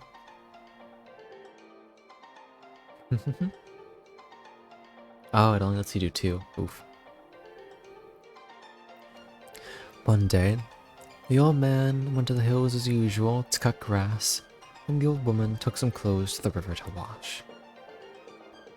It was nearly summer, and the country was very beautiful to see, in its fresh greenness, as the 2 old people went on their way to work. The grass on the banks of the river looked like an emerald velvet, and the pussy willows along the edge of the water were shaking out of their soft tassels. The breezes blew and ruffled the smooth surface of the water into wavelets, and passing on touched the cheeks of the old couple who, for some reason they could not explain, felt very happy that morning. The old woman at last found a nice spot by the river bank and put her basket down. Then she set to work to wash the clothes, took them one by one out of the basket and washed them in the river and rubbed them on the stones. The water was clear as crystal, and she could see the tiny fish swimming to and fro in the pebbles at the bottom. As she was busy washing her clothes, a great peach came bumping down the stream. The old woman looked up from her work and saw this large peach. She was 60 years of age, yet in all her life she'd never seen a peach as big as this. "How delicious that peach must be," she said to herself. "I must certainly get it and take it home to my old man." She stretched out her arm to try and get it, but it was quite out of her reach. She looked around for a stick, but there was not one to be seen, and if she went to look for one, she would lose the peach. Stopping a moment to think what she would do, she remembered an old charm verse. Now she began to clap her hands to the time of the rolling peach down the stream. She clapped and sang this song. Distant water is bitter, the near water is sweet. Pass by the distant water and come into the sweet. Strange to say, as soon as she began to repeat this little song, the peach began to come nearer and nearer to the bank where the old woman was standing, till at last it stopped just in front of her, so that she was able to take it up in her hands. The old woman was delighted. She could not go on with her work, so happy and excited was she, so she put all her clothes back in the bamboo basket, and with the basket on her back and the peach in her hand, she hurried homewards. It seemed a very long time to wait, till her husband returned. The old man at last came back as the sun was setting, with a big bundle of grass on his back, so big that it was almost hidden, and she could hardly see him. He seemed very tired, and used his scythe as a walking stick, leaning on it as he walked along. As soon as the old woman saw him, she called out, "Oi, Ji-san, old man. I've been waiting for you to come home such a long time today." "What is the matter? Why are you so impatient?" asked the old man, wondering at her unusual eagerness. "Has something happened while I've been away?" "Oh, no," answered the old woman. "Nothing has happened. Only I have found a nice present for you." "That's good," said the old man. He then washed his feet in a basin of water and stepped up into the veranda. The old woman now ran to the little room and brought out from the cupboard the big peach. It felt even heavier than before. She held it up to him, saying, "Just look at this. Did you ever see such a large peach in all your life?" The old man looked at the peach, and he was greatly astonished and said, "By God, that is indeed the largest peach I have ever seen. Wherever did you buy it?" "I did not buy it," answered the old woman. "I found it in the river where I was washing," she said, and told him the whole story. "I am very glad that you have found it. Let us eat it now, for I am hungry," said the Ji-san. "Ah, jelly sweetheart, thank you for the hydrate."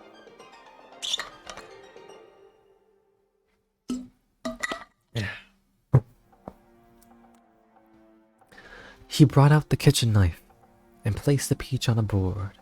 Was about to cut in when, wonderful to tell, the peach split in two of itself, and a clear voice said, "Wait a bit, old man." And out stepped a beautiful little child.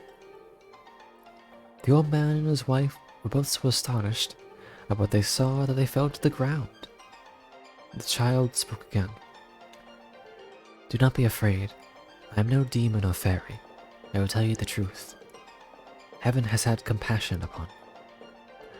Every day and night you have lamented that you had no child. Your cry has been heard, and I am sent to be the son of your old age." "Ah, Patch, sweetheart."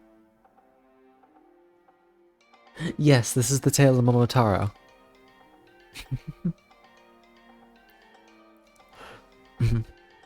On hearing this, the old man and his wife were very happy. They had cried at night and day for sorrow at having no child to help them in their lonely old age, and now that their prayer was answered, they were so lost with joy that they did not know where to place their hands and feet. First the old man took the child up in his arms, and then the old woman did the same, and they named him Momotaro, or the son of a peach. Because he had come out of a peach, obviously. The years passed by quickly, and the child grew to be 15 years of age. He was taller and far stronger than any other boys of his own age. He had a handsome face and a heart full of courage, and he was very wise for his years. The old couple's pleasure was very great when they looked at him, for he was just what they thought a hero ought to be like. Excuse me. One day, Momotaro came to his foster father and said solemnly, "Father, by a strange chance we have become father and son. Your goodness to me has been higher than the mountain grasses, which it was your daily work to cut, and deepen the river where my mother washes the clothes. I do not know how to thank you enough." "Why," answered the old man, "it is a matter of course that a father should bring up his son. When you are older, it will be your turn to take care of us. So after all, there will be no profit or loss between us all. All will be equal. Indeed, I am rather surprised you should thank me in this way. The old man looked bothered. I hope you will be patient with me, said Momotaro. But before I begin to pay you back for your goodness, I have a request to make, which I hope you will grant to me above all else. I will let you do whatever you wish, for you are quite different to all the other boys. Then let me go away at once. What did you say? Do you wish to leave your old father and mother to go away from your old home? I will surely come back again if you let me go now. Where are you going? You must think it strange that I want to go away, said Momotaro, because I have not yet told you my reason. Far away from here, in the northeast of Japan, there is an island in the sea. This island is a stronghold of a band of devils. I have often heard of how they invade this land, kill and rob the people, carry off all they can find. They are not only very wicked, but they are disloyal to our emperor, and they disobey his laws. They are also cannibals, for they kill and eat some of the poor people who are so unfortunate to fall into their hands. These devils are very hateful beings. I must go and conquer them, and bring back all the plunder which they have robbed this land. It is for that reason that I wish to go away for a short time. The old man was surprised at hearing all this from a mere boy of 15. He thought it best to let the boy go. He was strong and fearless, and besides all this, the old man knew he was no common child, for he had been sent to them as a gift from heaven, and he felt quite sure that devils would be powerless to harm him. All you say is very interesting, Momotaro, said the man. I will not hinder you in your determination. You may go if you wish. Go to the island as soon as ever you like. Destroy the demons and bring peace to the land. Thank you for all your kindness, said Momotaro, beginning to get ready that very day. He was full of courage and did not know what fear was. The old man and woman at once set to work to pound rice in the kitchen and mortar to make cakes for Momotaro to take with him on his journey. At last the cakes were made. Momotaro was ready to start about on his long journey. Ah, soap, darling. Thank you for the posture check.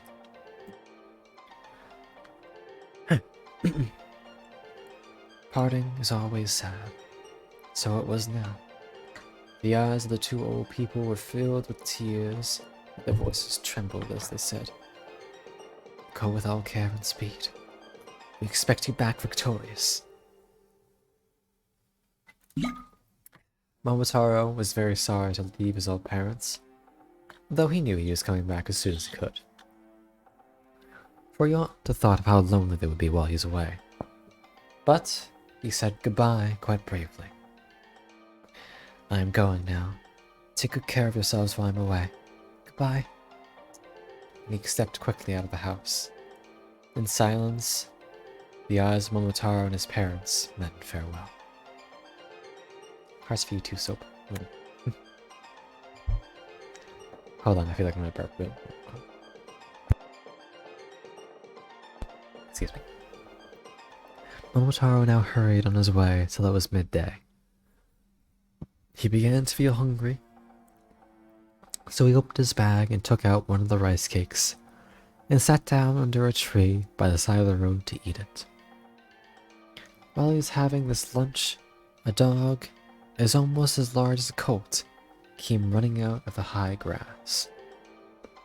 He made straight for Momotaro, and showing his teeth, said in some fierce way, "You are a rude man to pass through my field without asking for permission first. If you leave me all your cakes you have in your bag, you may go. Otherwise, I will bite till I kill you." Momotaro laughed scornfully. "What is it that you're saying? Do you know who I am?" Momotaro, and I am on my way to subdue the devils in an island stronghold to the northeast of Japan. If you try to stop me on my way there, I will cut you in two from the head downwards. Damn, Momotaro don't fuck around. The dog's manner at once changed. His tail dropped between his legs, and coming near, he bowed so low that his forehead touched the ground. What do I hear? The name Momotaro? Are you indeed Momotaro? I have heard of your great strength. Not knowing who you are, I behaved in a very stupid way. Will you please pardon my rudeness? Are you indeed on your way to invade the island of devils? If you would take a rude fellow with you as one of your followers, I shall be very grateful to you. I think I can take you with me if you wish to go, said Momotaro. Thank you, said the dog. But by the way, I am very hungry. Will you give me one of the cakes you're carrying? This is the best kind of cake there is in Japan, said Momotaro. I cannot spare you a whole one, but I will give you half of one. Thank you very much, said the dog, taking the piece thrown to him. Then Momotaro got up, and the dog followed. For a long time, they walked over the hills and through the valleys. As they were going along, an animal came down from the tree a little ahead of them. The creature came up to Momotaro and said, "Good morning, Momotaro. You're welcome in this part of the country. Will you allow me to go with you?" The dog answered jealously. Momotaro already has a dog to accompany him. Of what use is a monkey like you in battle? We are on our way to fight the devils. Out of the way. The dog and the monkey began to quarrel and bite, for those two animals always hate each other. Now, don't quarrel, said Momotaro, putting himself between them. Wait a moment, dog. It is not at all dignified for you to have such a creature that is following you, said the dog. What do you know about it? Said Momotaro, pushing aside the dog, and he spoke to the monkey. Who are you? I am a monkey living in these hills, replied the monkey. I heard of your expedition to the island of devils, and I have come to go with you. Nothing will please me more than to follow you. Do you really wish to go to the island of devils to fight with me? Yes, sir, replied the monkey. I admire your courage, said Momotaro.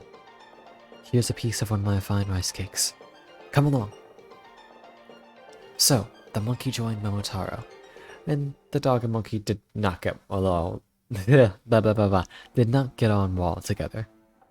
They were always snapping at each other as they went along, and always wanting to have a fight.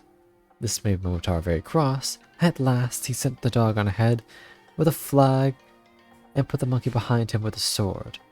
And he placed himself between them with a war fan, which is made of iron. Hold on, I gotta take a quick sip.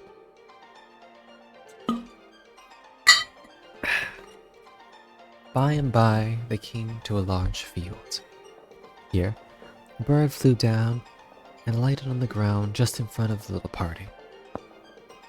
It was the most beautiful bird Momotaro had ever seen. On its body were 5 different robes of feathers, and its head was covered with a scarlet cap. The dog at once ran at the bird and tried to seize and kill it, but the bird struck out its spurs and flew at the dog's tail, and the fight went hard with both. Momotaro, as he looked on, could not help admiring the bird. It showed much spirit in the fight. It would certainly make a good fighter. Ah, darling, welcome. Currently we're reading the tale of Momotaro. I hope you wouldn't mind stopping by to join us. Oh, you've always stopped by to join us. I hope you enjoy stopping by to join us. Okay. Momotaro went up to the two combatants, and by holding the dog back, said to the bird, You rascal! You are hindering my journey. Surrender at once, and I will take you with me. If you don't, I will set this dog to bite your head off. Then the bird surrendered at once, and begged to be taken to Momotaro's company. I do not know what excuse to offer for quarreling with a dog, your servant, but I did not see you. I'm a miserable bird called the pheasant. It's very generous of you to pardon my rudeness to take me with you. Please allow me to follow you behind the dog and the monkey. I congratulate you on surrendering so soon, said Momotaro, smiling. Come and join us on the raid against the devils. Are you going to take this bird with you also? Said the dog, interrupting. Why would you ask such an unnecessary question? Didn't you hear what I said? I take the bird with me because I wish to. Said the dog. Then Momotaro stood and gave his order. Now, all of you must listen to me. The first thing necessary in an army is harmony. There is a wise saying which says that advantage on the earth is better than advantage in heaven. Union amongst ourselves is better than any earthly gain. When we are not at peace amongst ourselves, it is no easy thing to subdue an enemy. Now, you three, the dog, the monkey, and the pheasant, must become friends with one in mind. The one who first begins the quarrel will be discharged on the spot. All three promised not to quarrel. The pheasant was now made a member of Momotaro's suite and received half a cake. Momotaro's influence was so great that the three became good friends, and now hurried onwards with him as their leader. Hurrying on day after day, they at last came out to the shore of the northeastern sea. There was nothing to be seen as far as the horizon, not any sign of an island. All that broke the stillness was the rolling waves on the shore. Now, the dog and the monkey and the pheasant had come very bravely all this way through long valleys and over the hills, but they had never seen the sea before. For the first time since they set out, they were bewildered and gazed at each other in silence. How were they to cross the water and get to the island of devils? Momotaro saw that they were daunted at the sight of the sea, and tried to speak. And try them, he spoke loudly and roughly. Why do you hesitate? Are you afraid of the sea? Oh, what cowards you are. It is impossible to take such a weak creature as you with me to fight the demons. It would be far better if I go alone. I'll discharge you all at once. All three animals were taken aback at his sharp reproof and clung to Momotaro's sleeve, begging him not to send them away. Please, Momotaro, said the dog. We have come thus far, said the monkey. It is inhuman to leave us here, said the pheasant. We are not afraid of the sea, said the monkey again. Please, do take us with you, said the pheasant. Do please, said the dog. Now that they had grown a little courage, Momotaro said, Well then, I will take you with me, but be careful.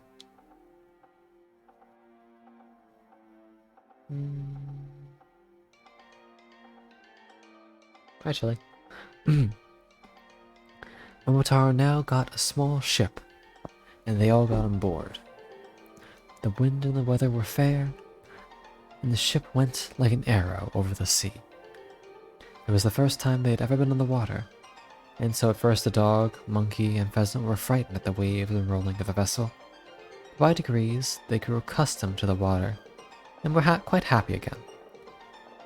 Excuse me. Every day they paced the deck of their little ship, eagerly looking out for the Demon's Island. When they grew tired of this, they told each other stories of all their exploits of which they were proud, and then played games together. Momotaro found much to amuse him in listening to the three animals and watching their antics. And in this way he forgot the way was long and that he was tired of the voyage and doing nothing. He longed to be at work killing the monsters who had done so much harm to this country. As the wind blew in their favor and they met no storms, the ship made a quick voyage. And one day, when the sun was shining brightly, a sight of land rewarded the four watchers at the bow. Momotaro knew at once that what they saw was the devil's stronghold. On top of the precipitous shore Looking out to the sea was a large castle. Now that his enterprise was close at hand, he was deep in thought, with his head leaning on his hands, wondering how he should begin the attack. His 3 followers watched him, waiting for orders. At last, he called to the pheasant.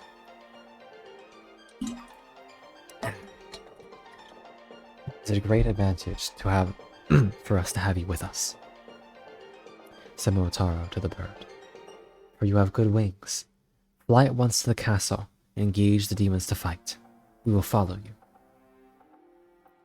The pheasant at once obeyed. He flew off from the ship, beating the air gladly with his wings.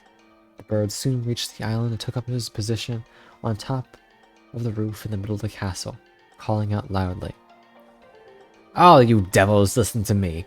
The great Japanese General Momotaro has come to fight you and take your stronghold from you. If you wish to save your lives, surrender at once. In the token of your submission, you must break off the horns that grow off your forehead. If you do not surrender at once, but make up your mind to fight, we, the pheasant, the dog, and the monkey, will kill you all by biting and tearing you to death." The horned demons, looking up and only seeing a pheasant, laughed and said, "A wild pheasant indeed. It's ridiculous to hear such words from a mean thing like you. Wait until you get a blow from one of our iron bars." Very angry indeed were the devils. They shook their horns and shocks of red hair fiercely, and rushed to put on tiger-skin trousers to make themselves look more terrible. They then brought out great iron bars and ran to where the pheasant was perched over their heads and tried to knock him down.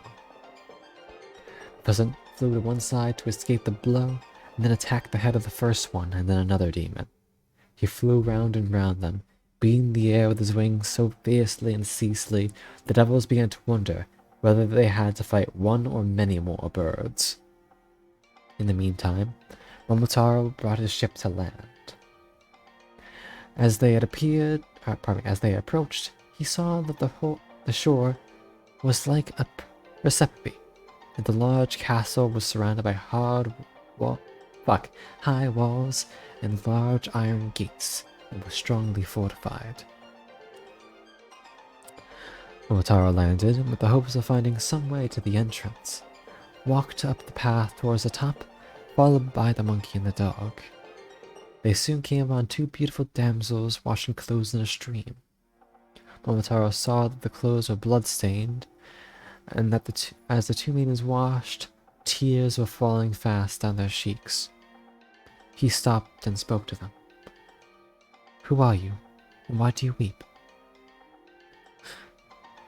"We are captives of the Demon King. We are carried away from our homes to this island, and though we are the daughters of daimyos, or the lords, we are obliged to be his servants, and one day he will kill us." The maidens held up the blood-stained clothes. "They need us, and there was no one to help us." And tears burst out afresh at this horrible thought. "I will rescue you," says Momotaro. "Do not weep any more. Only show me how I may get into the castle." 2 ladies led the way and showed Momotaro a little back door to the lowest part of the castle wall, so small that Momotaro could hardly crawl in. The pheasant, who was all this time fighting hard, saw Momotaro and his little band rush in at the back. Momotaro's onslaught was so furious that the devils could not stand against him. At first their foe had been a single bird, the pheasant, but now that Momotaro and the dog and the monkey had arrived, they were bewildered. For the 4 enemies fought like 100, so strong were they. Some of the devils fell off the parapet of the castle and were dashed to pieces in the rocks underneath. Others fell into the sea and were drowned. Many more were beaten to death by the 3 animals. The chief of the devils, at last, was the only one left. He made up his mind to surrender, for he knew his enemy was stronger than a mortal man. He came up humbly to Momotaro and threw down his iron bar, and kneeling down at his victor's feet, he broke off the horns on his head in a token of submission. for they were a sign of his strength and power. I am afraid of you, he said meekly. I cannot stand against you. I will give you all the treasure hidden in this castle if you will spare my life. Momotaro laughed. It is not like you, big devil, to beg for mercy, is it? I cannot spare your wicked life, however much you beg, for you have killed and tortured many people and robbed our country for many years.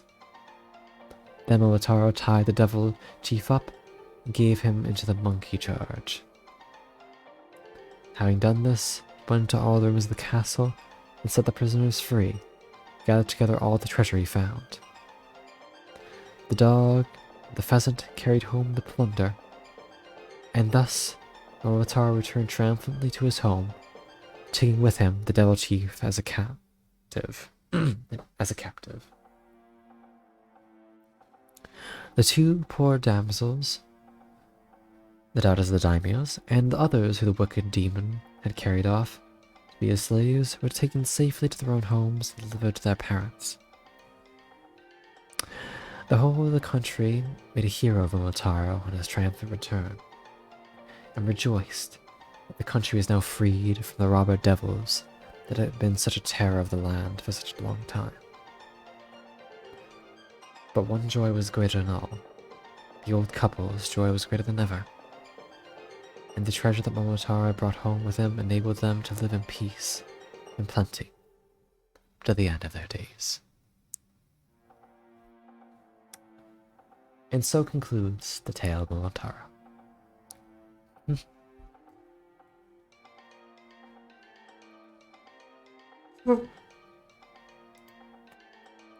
I'm glad that you're comfy.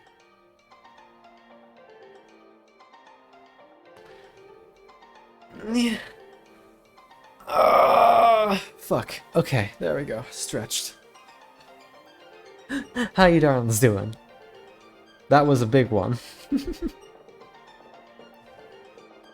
Oh, neck hurts a little bit.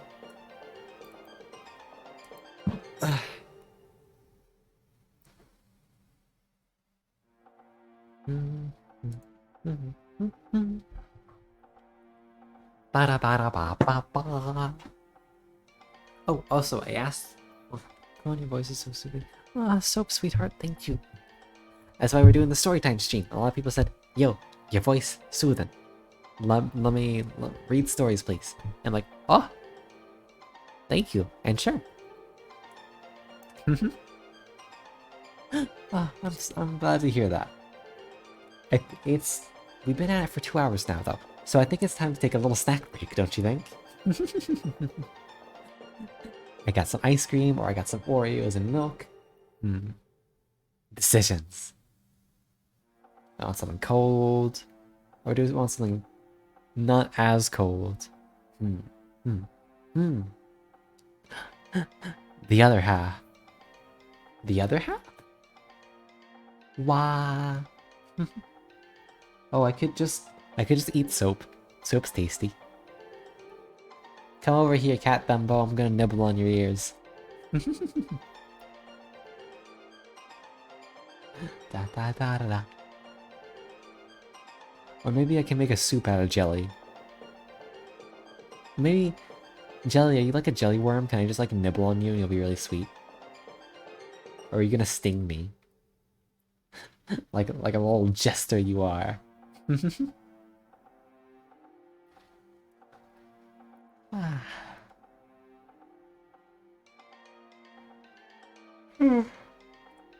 Sorry for yawns. Storytelling makes me sleepy. Jam bomb bomb. I'm gonna squish their little cheeks. I'm just gonna make some jelly jam. Oh no, that makes me think of does anyone know what I'm talking about? Jam Baba! What's wrong, Jelly? You don't want me to take a little taste of you? Cutie?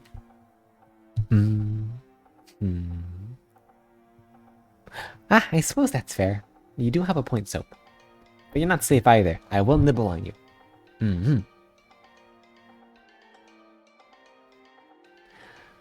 can't distract me by pointing out jelly instead. Yeah. Oh, and what?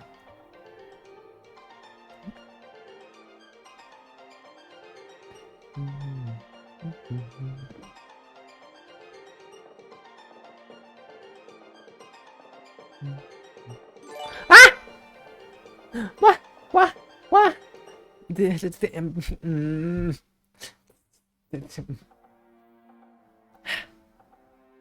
Thank you. Thank you for the gifted sub to Jelly Bomb. Soap. Soap. Stop being so sweet. Stop. It makes me want to bully you more. Ah! Thank you very much, though, sweetheart. I appreciate it.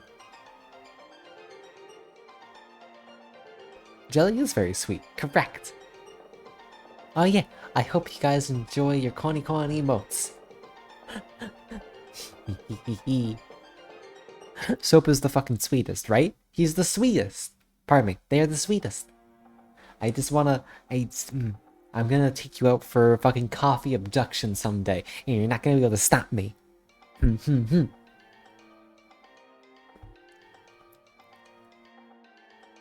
I know you're fine with getting kidnapped by me. We've talked about this, but still, nah. If you're too sweet, you get put in tail jail.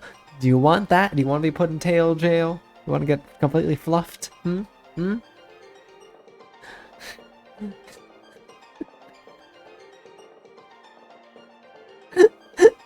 Yeah, I thought up of that term the other day, and I love it so much. Whenever I want to tail cuddle someone, I just say tail jail now. Just, yeah, jelly, soap, y'all are going to tail jail. You're gonna... Because you see how fluffy these things are? You telling me that I can't completely bury someone in these? I can. Don't lie to me. I can. And I will. You ain't safe. You ain't safe.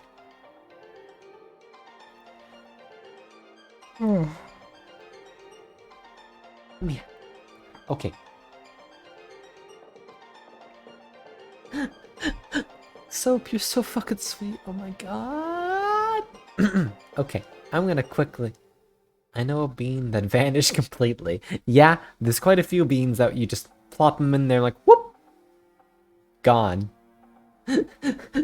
Where'd they go? Who knows? Alright, because I'm yawning a lot, I'm gonna choose ice cream because I think that might wake me up a tiny bit. So, I'm gonna go grab that, then become part of the floof. Join the collective. You disappear and and suddenly I have a third tail. Don't ask how it works. Okay, here. I'm gonna grab the cream of ice and I'll be right back. Ba-da-ba-ba.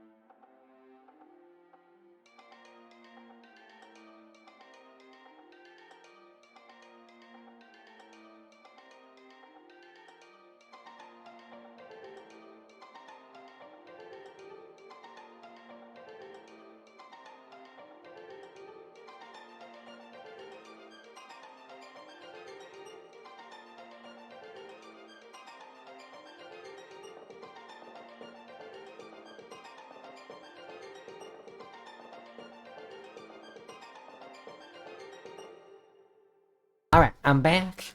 And let's see. To answer your question, Soap, today I couldn't get my brownie like I wanted, which is unfortunate. So instead we have chocolate chip cookie dough, which is still pretty good. Yeah. Oh, it's one of those like big chocolate chunks, not like the little ones dispersed throughout. Mm. Mm. Mm. Pretty good. Let's test out how the cookie doughs are, though. That's the important part.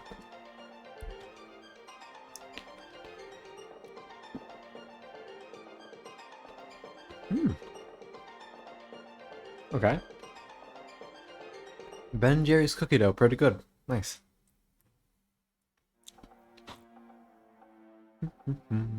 Alright. Also, I think I've decided now, whenever someone subscribes, I'm going to say welcome to Tail Jail. That's going to be Tail Jail for the channel. And, I still don't know what to say when people follow, like, welcome to something.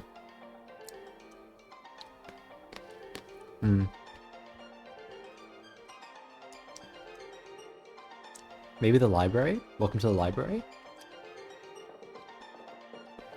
Makes sense with the lore.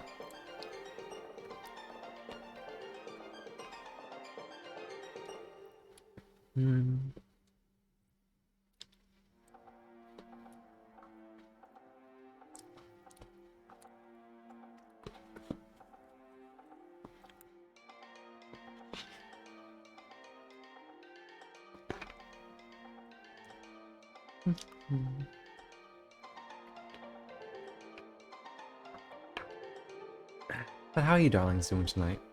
I hope you're well.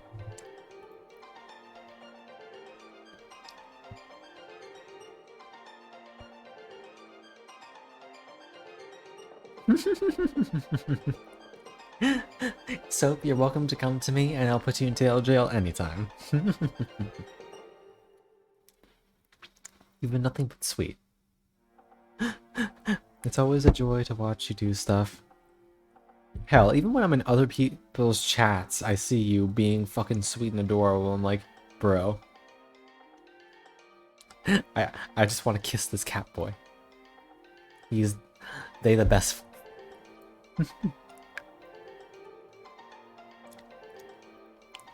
You're a very sweet person, so. And no amount of you smashing your keyboard is gonna make me say otherwise.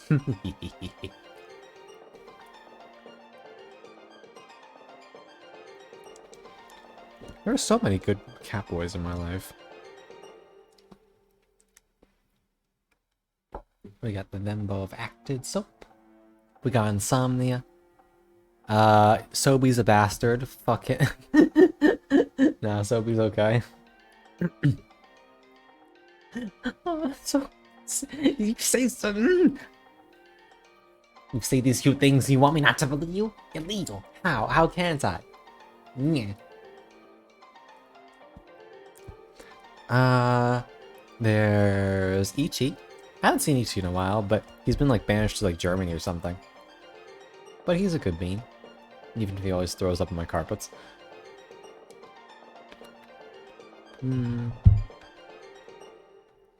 But yeah, lots of cat boys.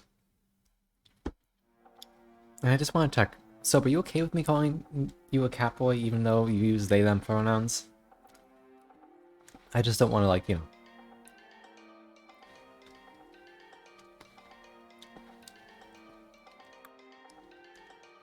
Exactly. So we may be a bastard cat, but he's good. Don't let him tell. Don't. You didn't hear that from me. Sobi didn't. Don't tell Sobi.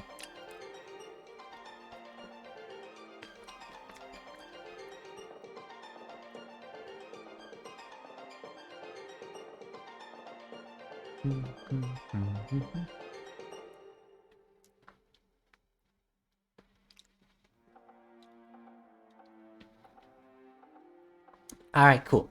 I just want to make sure you're comfortable, okay, sweetheart? But sweet. Because I couldn't really think of a cool... Oh wait, you could have been a non-binary.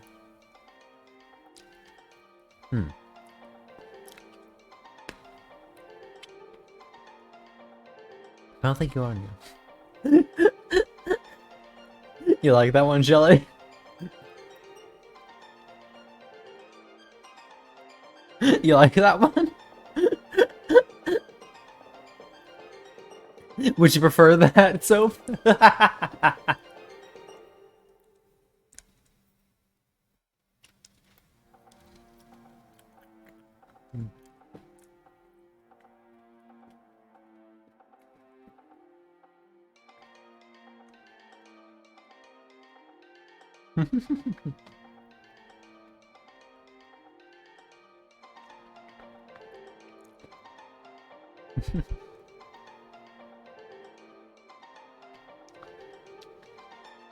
Alright, I will switch between them interchangeably.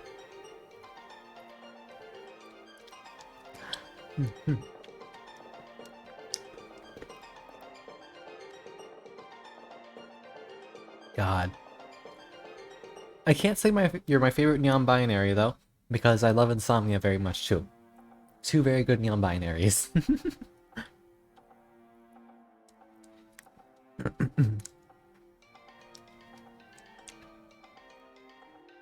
Good beans no matter where I look.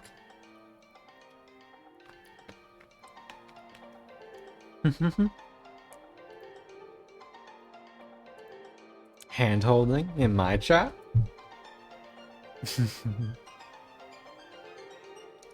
How lewd.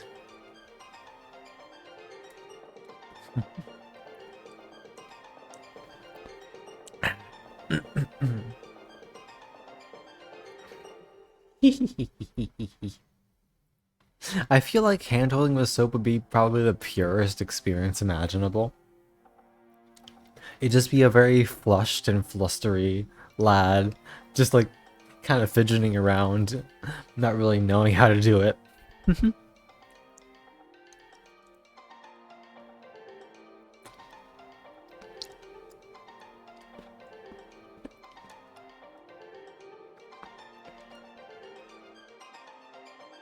God, that feels wholesome in my heart just thinking about that.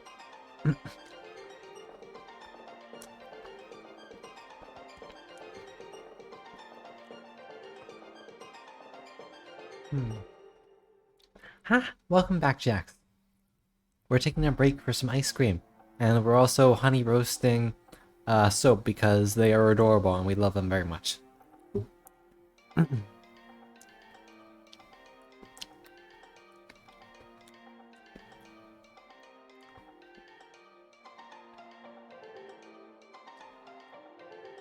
Oh, soap! Oh my god!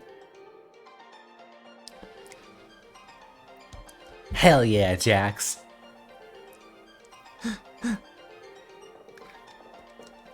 I don't think I know any other elf, so I can't say you're my favorite elf. I give you Smouch. Mwah.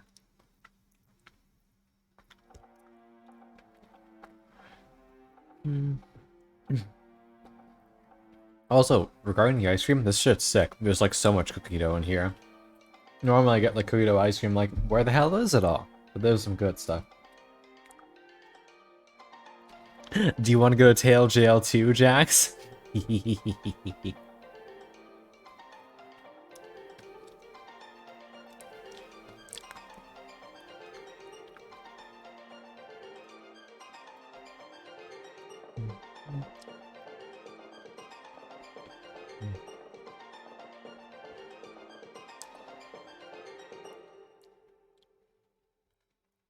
I stay here. You're always welcome here, sweetheart. Alright. I've eaten a tiny bit of ice cream now. So, I'm gonna read another one of the smaller stories. Oh, this one's got a little this one's got a little bit of girth. But it's still not gonna be as long as Momotaro. Excuse me.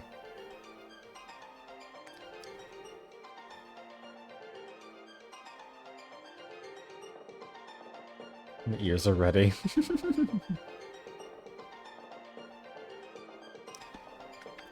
Oh, here you go. So here's some imagery from you. You, on my lap, I'm giving you head pats, and my tails are curling around you all cozy like while I read you a bedtime story. Enjoy. And yeah, Tail Jail is a very comfy place, I gotta say, lookity.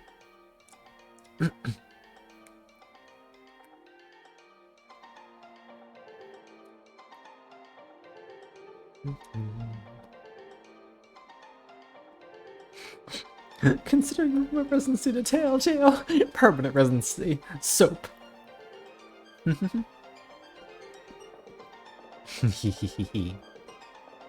Very cozy.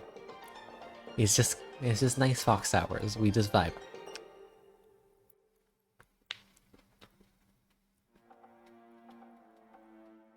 Now, sit back, relax, and let me tell you the story of the stonecutter.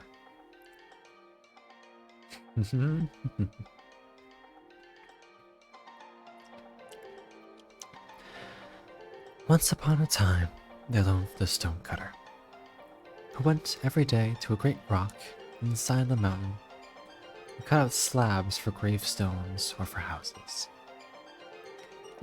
He understood very well the kinds of stones wanted for the different purposes, and as he was a careful workman, he had plenty of customers. For a long time, he was quite happy and contented, and asked for nothing better than what he had. Now, in the mountain dwelt spirits, which now appeared to the man and helped him in ways to become rich and prosperous. The stonecutter, however, had never seen the spirit and only shook his head, with unbelieving ear when anyone spoke of it.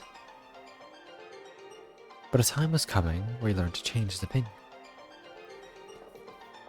One day, the stonecutter carried a gravestone to the house of a rich man, and there he saw all sorts of beautiful things, of which he had never even dreamed.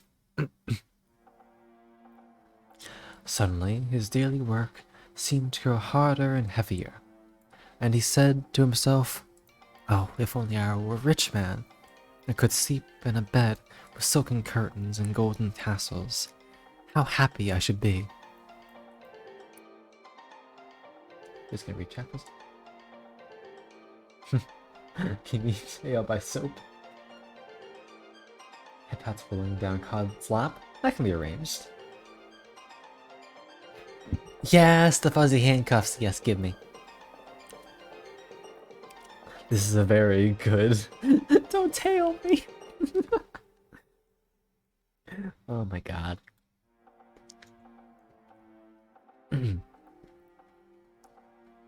Your wish is heard. A rich man you shall be, said a voice. At the sound of the voice, the stonecutter looked around, but could see nobody. He thought it was all his fancy and picked up his tools and went home, where he did not feel inclined to do any more work that day.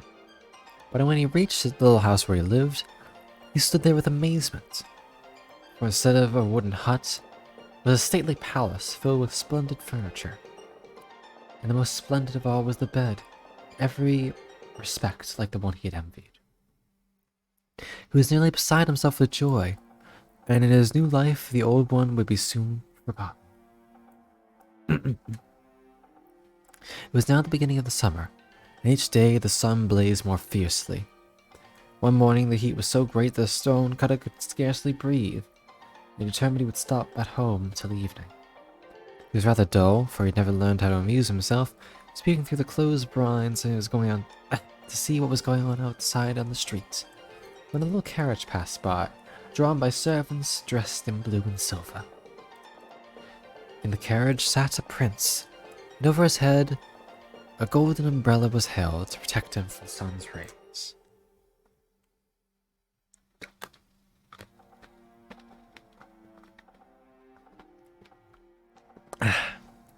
Oh, if only I were a prince, said the stonecutter to himself, as the carriage vanished around the corner. Oh, if only I were a prince, I could go in a carriage and have a golden umbrella held above me. How happy I would be. And a prince he was. Before his carriage rode one company of men, another behind it. Servants dressed in scarlet and gold bore him along. The coveted umbrella was held above his head, and everything his heart could desire was his. But it wasn't enough. He looked around for something to wish for. And when he saw that, in spite of the water poured of the grass, the rays of the sun scorched it, and in spite of the umbrella held above his head each day, his face grew browner and browner. He cried out in his anger, "The sun is mightier than I. Oh, if only I were the sun!" And so the mountain spirit answered, "Your wish is heard. The sun you shall be." Ah, okay. See you in a little bit, Jen. And the sun he was, and he felt himself proud in his power. He shot his beams above and below, on earth and in heaven. He burnt up the grass in the fields, and scorched the faces of all the princes, as well as the poorer folk.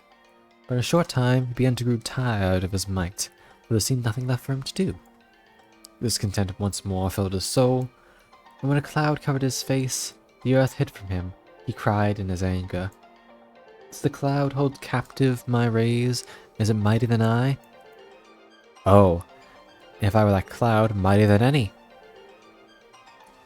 And so the mountain spirit answered, "Your wish is heard, a cloud ye shall be." And a cloud he was, and lay between the sun and the earth. He caught the sun's beams and held them, and to his joy the earth grew green again, and flowers blossomed. But that was not enough for him, and for days and weeks he poured forth rain until the rivers overflowed in their banks, and the crops of rice stood in water. Towns and villages were destroyed by the power of the rain. Only the great rock on the mountainside remained unmoved. The cloud was amazed at the sight, and cried out in wonder, "Is the rock, then, mightier than I? Oh, if only I were the rock!" The mountain spirit answered, "Your wish is heard, the rock you shall be." And the rock he was. And gloried in his power, proudly he stood, and neither the heat of the sun nor the force of rain could move him. "This is better than all," he said to himself. But one day he heard a strange noise at his feet, and looked down to see what could be. A stone cutter driving tools into his surface. Even while he looked, a trembling feeling ran all through him, and a great block broke off of him and then fell to the ground. He then cried in his wrath, "The mere child of the earth, mightier than a rock? Oh, if I were a man!" And the mountain spirit answered, "Your wish is heard, a man once more you shall be." And a man he was, and in the sweat of his brow he toiled again at his trade of soil cutting. His bed was hard and his food scanty, but he had learned to be satisfied with it, and did not long to be something or somebody else. He never asked for things he did not have, or desired greater and mightier things than the other people. He was happy at last, and never again heard the voice of the mountain spirit.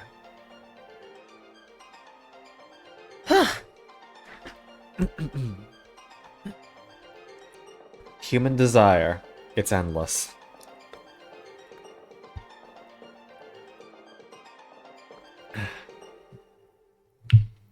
And more formally now that story's over.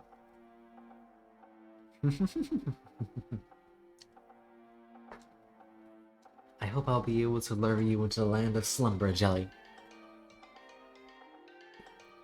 In fact, I think I know just the thing.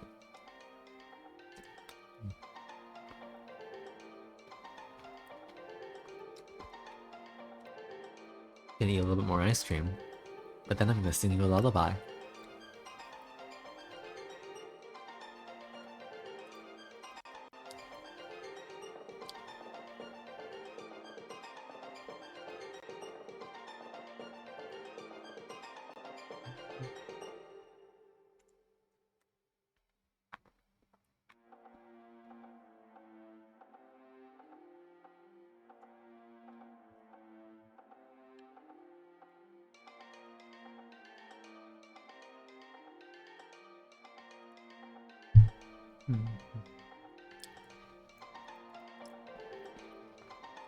I hope you all like Billy Joel.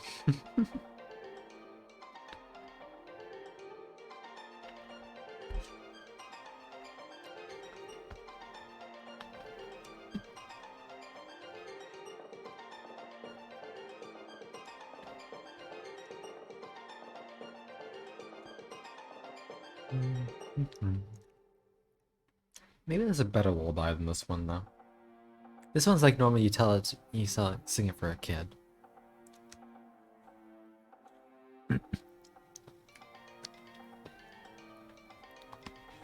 And maybe I'll be fine.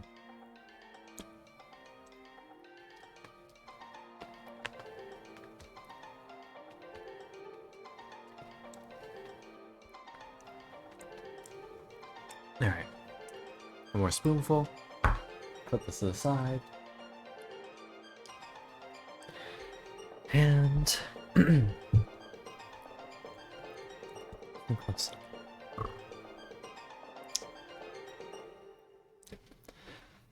Good night, my angel. Time to close your eyes and save these questions for another day. I think I know what you... No, I can't do it. I forgot. Eating dairy gives you all the mucus. Ah. Here, I'm gonna put this ice cream away. And maybe after another story or two, my voice will be like back to normal and I can sing.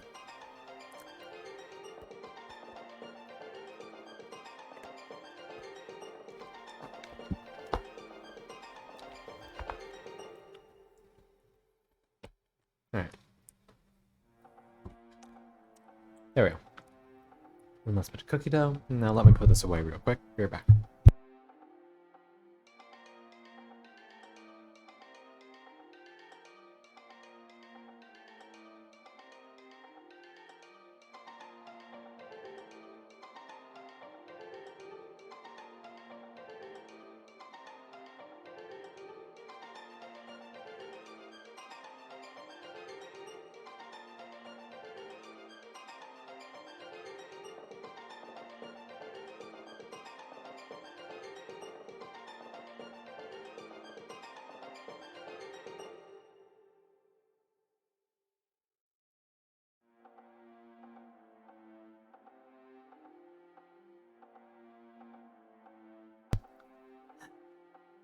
A spoonful of ice cream, silly. What else? I said I was eating some earlier. Hold on, let me see if I can like fix my voice.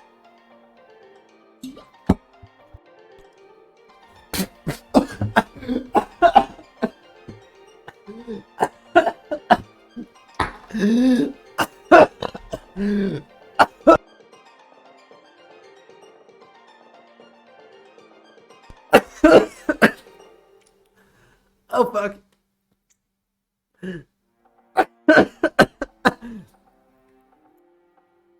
Hi, Nika.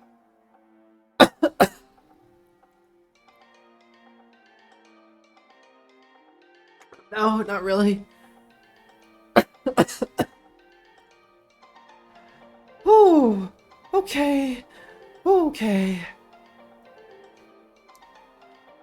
That water went so far down the wrong pipe.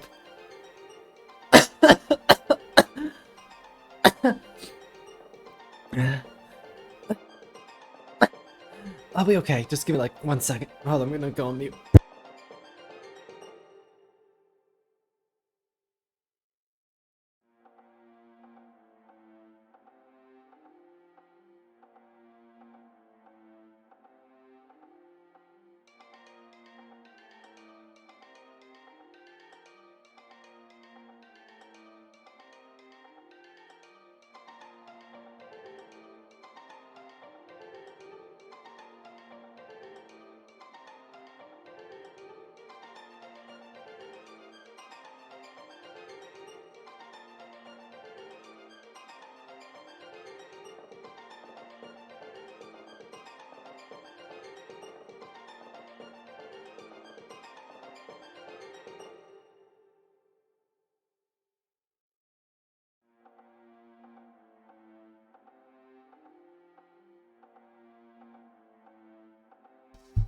Okay, sorry about that. I think I'm okay now. I'm sorry about that. Here, I'm gonna drink a little without breaking my iPads. I almost choked it just now, but I'm okay.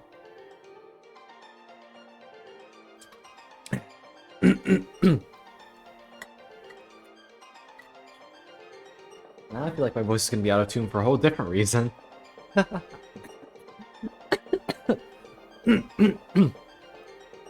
Jesus. Hold on.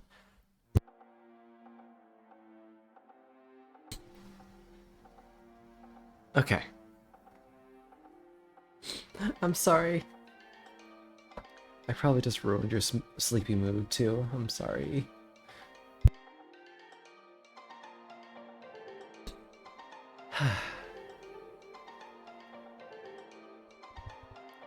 Fine? Okay.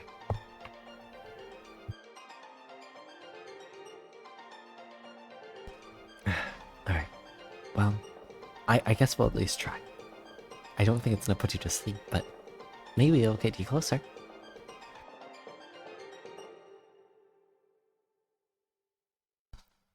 I got you. Alright. Let's try this again, now with a much differently fucked up voice.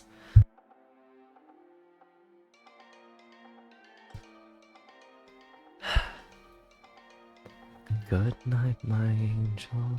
Time to close your eyes and save these questions for another day. I think I know what you... No, you see that? You see that? It's like every time I do a longer note, my voice quivers. Ah! Damn it. Well, let's do it anyway. It's okay.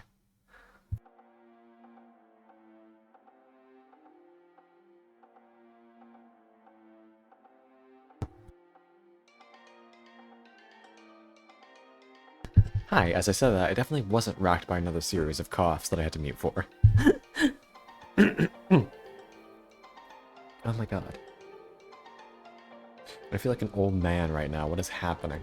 I can't even drink water properly. I'm just like choking on air now. You know what? I'm gonna get some tissues. I'll be right back.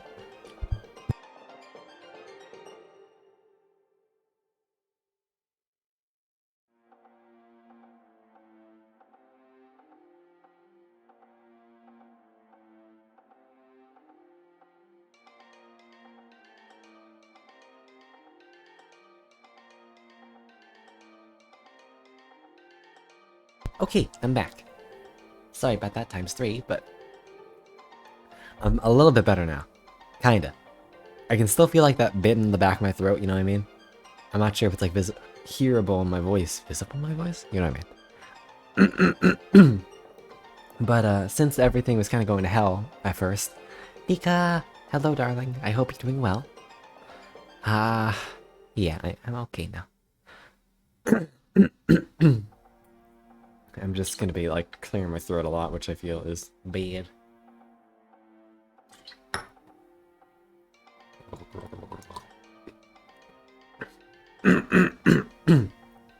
Alright. I completely lost track of what I was doing. What was I doing?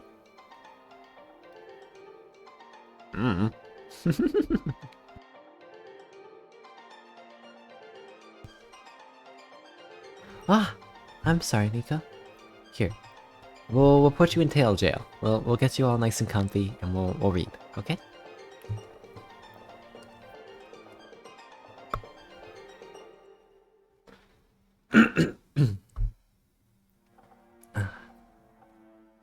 Let's see. What can we do? Maybe.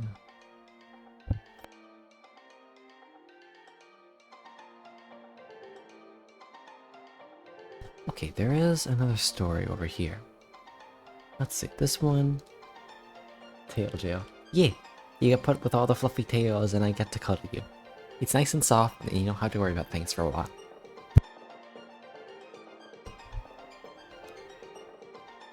Now.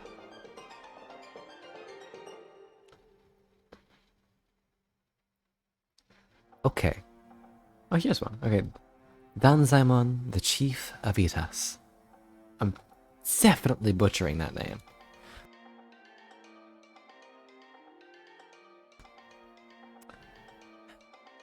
Alright, let's go. At Asuka, in Yedo, there lives a man called Danzayama, the Chief of Itas. This man traces his pedigree back to Minamoto no Yoritomo, who founded the shogunate in the year 1192 AD. The whole of Itas in Japan are under his jurisdiction. His subordinates call him Koyogashira, or Chief of the Huts, and they constitute the government in Itas. In the Legacy of Ieyasu, in the 36th law provides as follows. All wandering mendicants, such as male sorcerers, female diviners, hermits, blind people, beggars, and tanners, have had to form of their old respective rulers. Be not disciplined, however, to punish any such who give rise to disputes or overstep their boundaries. The occupation of the Itas is to kill and flay horses, oxen, and other beasts, to stretch drums and make shoes, and if they are very poor, they wander from house to house, working as cobblers, mending old shoes and leather, and so earn a scanty livelihood. Besides this, their daughters and young married women gain a trifle as wandering minstrels, called torori, playing on shamisen, a sort of banjo. I'm butchering so many names right here. And singing ballads. They never marry out of their own fraternity, but remain apart, despised and shunned. An execution by crucifixion is the duty of Itas to transfix the victims with spears, and besides this, they perform all sorts of degrading offices about criminals, such as carrying sick prisoners from their cells to the Hall of Justice, and burying the bodies of those who have been executed. Thus, they are polluted and cursed and hated thoroughly. Now this is how Itas come to be under the jurisdiction of Danzayama. When Minamoto no Yoritomo was yet a child, his father, Minamoto no Yoshitomo, fought Tari no Kiyomi and was killed by treachery, and so his family was ruined. And Yoshitomo's concubine, whose name was Tokiwa, took her children and fled the house to save their lives. But Kiyomori, desiring to destroy the family of Yoshitomo, root and branch, ordered his retainers to divide themselves into bands and seek out the children. At last they were found, but Tokiwa was so exceedingly beautiful that Kiyomori was inflamed with love for her, and desired her to become his own concubine. Then Tokiwa told Kiyomori that he would spare her little ones if she should share her couch, but if he killed her children, she would destroy herself rather than yield to his desire. When he heard this, Kiyomori, bewildered with the beauty of Tokiwa, spared the lives of her children, but banished them from the capital. So, Yoritomo was sent to Hirigachikojima in the province of Visu, and grew up to become a man and married the daughter of a peasant. After a while, Yoritomo left the province and went to the wars, leaving his wife pregnant and in due time she delivered a male child to the light of her parents, who were joyed that their daughter should bear seed to a nobleman. But soon she fell sick and died, and the old people took charge of the babe. And when they also died, care of the child fell to his mother's kinsman, and he grew up to be a peasant. Now Kiyomori, who was the enemy of Yoritomo, had been gathered to his fathers. Yoritomo had avenged the death of his father by slaying Munimori, the son of Kiyomori, and there was peace throughout the land. And Yoritomo became the chief of all the noble houses in Japan, and first established the government in the country. When Yoritomo had thus raised himself to power, if the son that his peasant wife was born to him had proclaimed himself the sons of the mighty prince, he would have been made lord over a province, but he took no thought of this, and remained a tiller of the earth, forfeiting a glorious inheritance. And his descendants after him lived as peasants in the same village, increasing in prosperity and in good despite in good repute among their neighbors. But the princely line of Yoritomo came to an end after 3 generations. The house of Hojo was all powerful in the land. Now, it happened that the head of the house of Hojo heard that a descendant of Yoritomo was living as a peasant in the land, so he summoned him and said, "It was a hard thing to see the son of an illuminated house live and die as a peasant. I will promote you to the rank of samurai."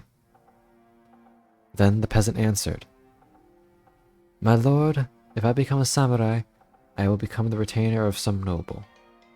I shall not be so happy as when I was my own master.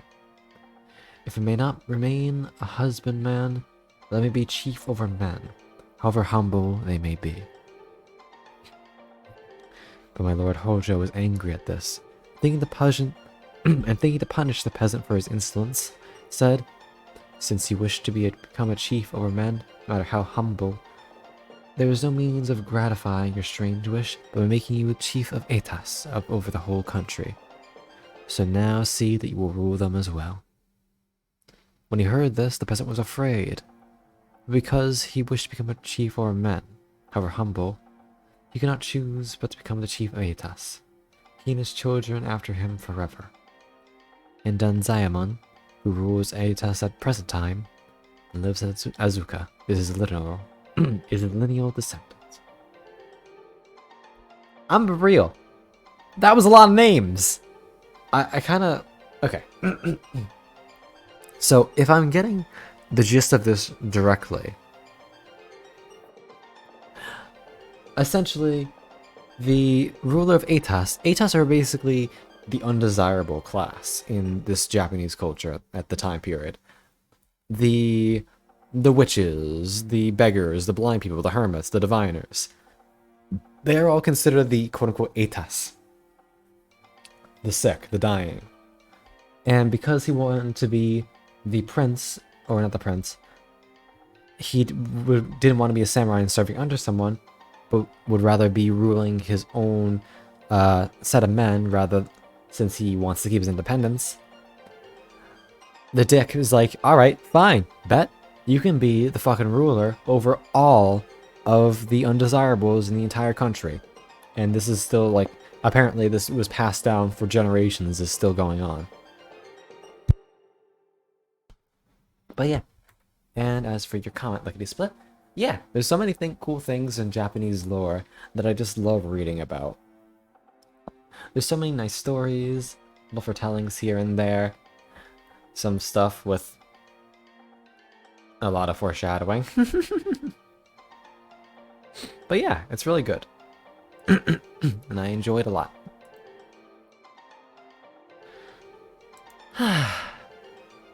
Yeah. I'm kind of tired. I don't know what to do though. I don't want to stop.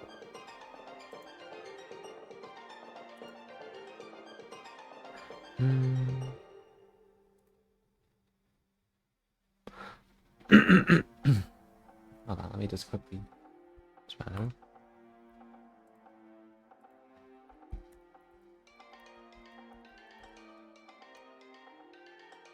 Alright, there we go. Ah, wah, wah, wah, wah, wah. Hey, how you dear is doing at the moment? How he feeling? Because after reading what's essentially been 3 hours of stories, I'm okay with switching to something else if you want.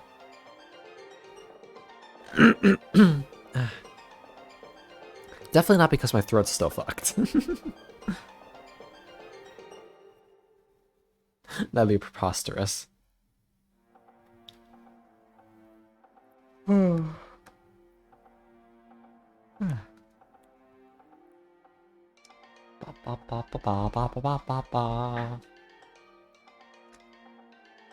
Soap, stop being so fucking sweet. Oh my god.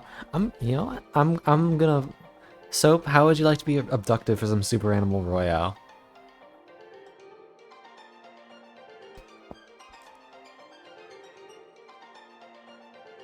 Ooh, Binding Isaac is also a good option if Soap ain't feeling up to it.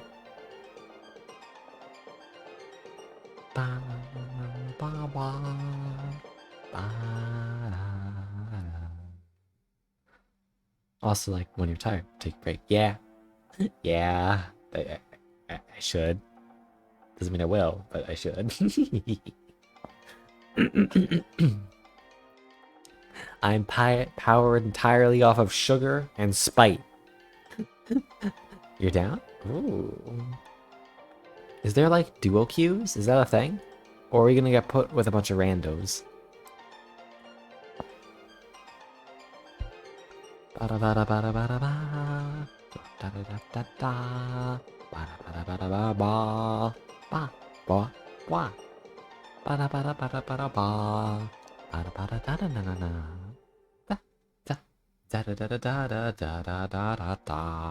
There's duos. Yeah. Okay, good.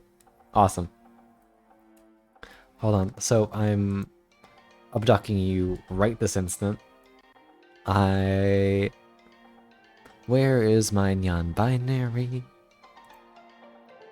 Soap. Acted soap. Oh my god, I love your Discord profile picture. I forgot it was this.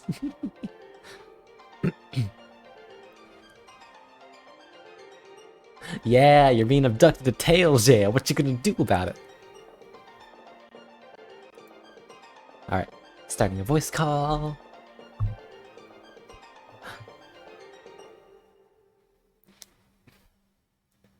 Bada bada bada bada ba. Hello? Is that the acted soap? It is. I'm here. Let me see what my reactive is, because sometimes it's like interesting. Interesting? I'm worried. There was this one time I accidentally said it. Oh, this one is interesting. Let me change it real quick. Oh no. It's nothing bad. It's just like it would be an interesting first impression. Ah, I see. Was it the gremlin one? No, I enjoyed it. It was the Owu trash can one. I'm not sure if you've seen it. Oh no. I have. Yeah. There's mia fantasy. I have a lot of audio going on in the background, and this muted it all. Ah, apologies. How are you doing? You've been reading for a very long time. I'm surprised your voice is like this good still. Ah, yes. I don't know, honestly. Sometimes it do be doing. Killing it. One second. Yeah. Ba-da-da-da-da.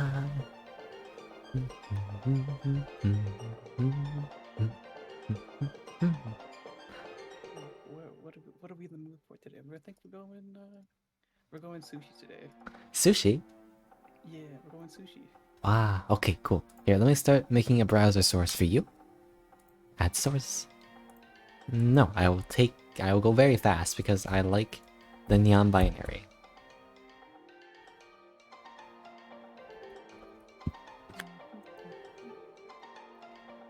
Alright, it's blocking out my face a little bit. It's okay. Here, just send me the link-a-ma-dink when you're ready.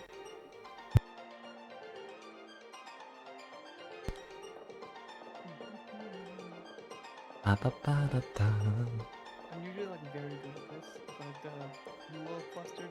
Okay, I'm a little flustered. I'm sorry, sweetheart. All right, I'm ready. I got it. We're going. Sorry for suddenly just like nabbing you out of the blue with like no warning. No, I was like vibing to these stories, and I'm like, yeah, yeah, yeah. Yeah, And then I'm like, sorry, what? Like my ears like perked up.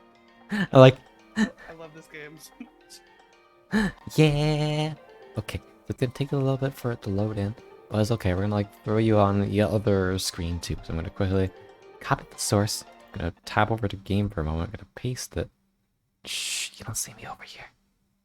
Actually, I guess it's best to just kind of stay over here because we're gonna be here in a little bit. So I'll shrink down to like regular con sizes. Let me open up the saw.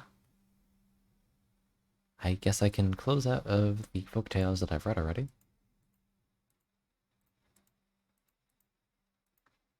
But I don't need these. Super Animal Royale. I'm very glad that I have fought. Ah, that's loud. Ah! Oh no. Ow. I wasn't What were ready. you glad about? What? What were you glad about? You were saying you're glad? What was I glad about? We'll figure it out. They'll come back. Probably. Okay, hold on. Let me like... Here, pause this so it stops eating up my memory. Gonna Okay, go... I'm doing, in my opinion, what is the most critical part about this game, which is making an outfit together. Hell yeah! Okay, here. Let me do the thing. Click. And there it is. We up. Alright, let me alter the stream information. Super Animal.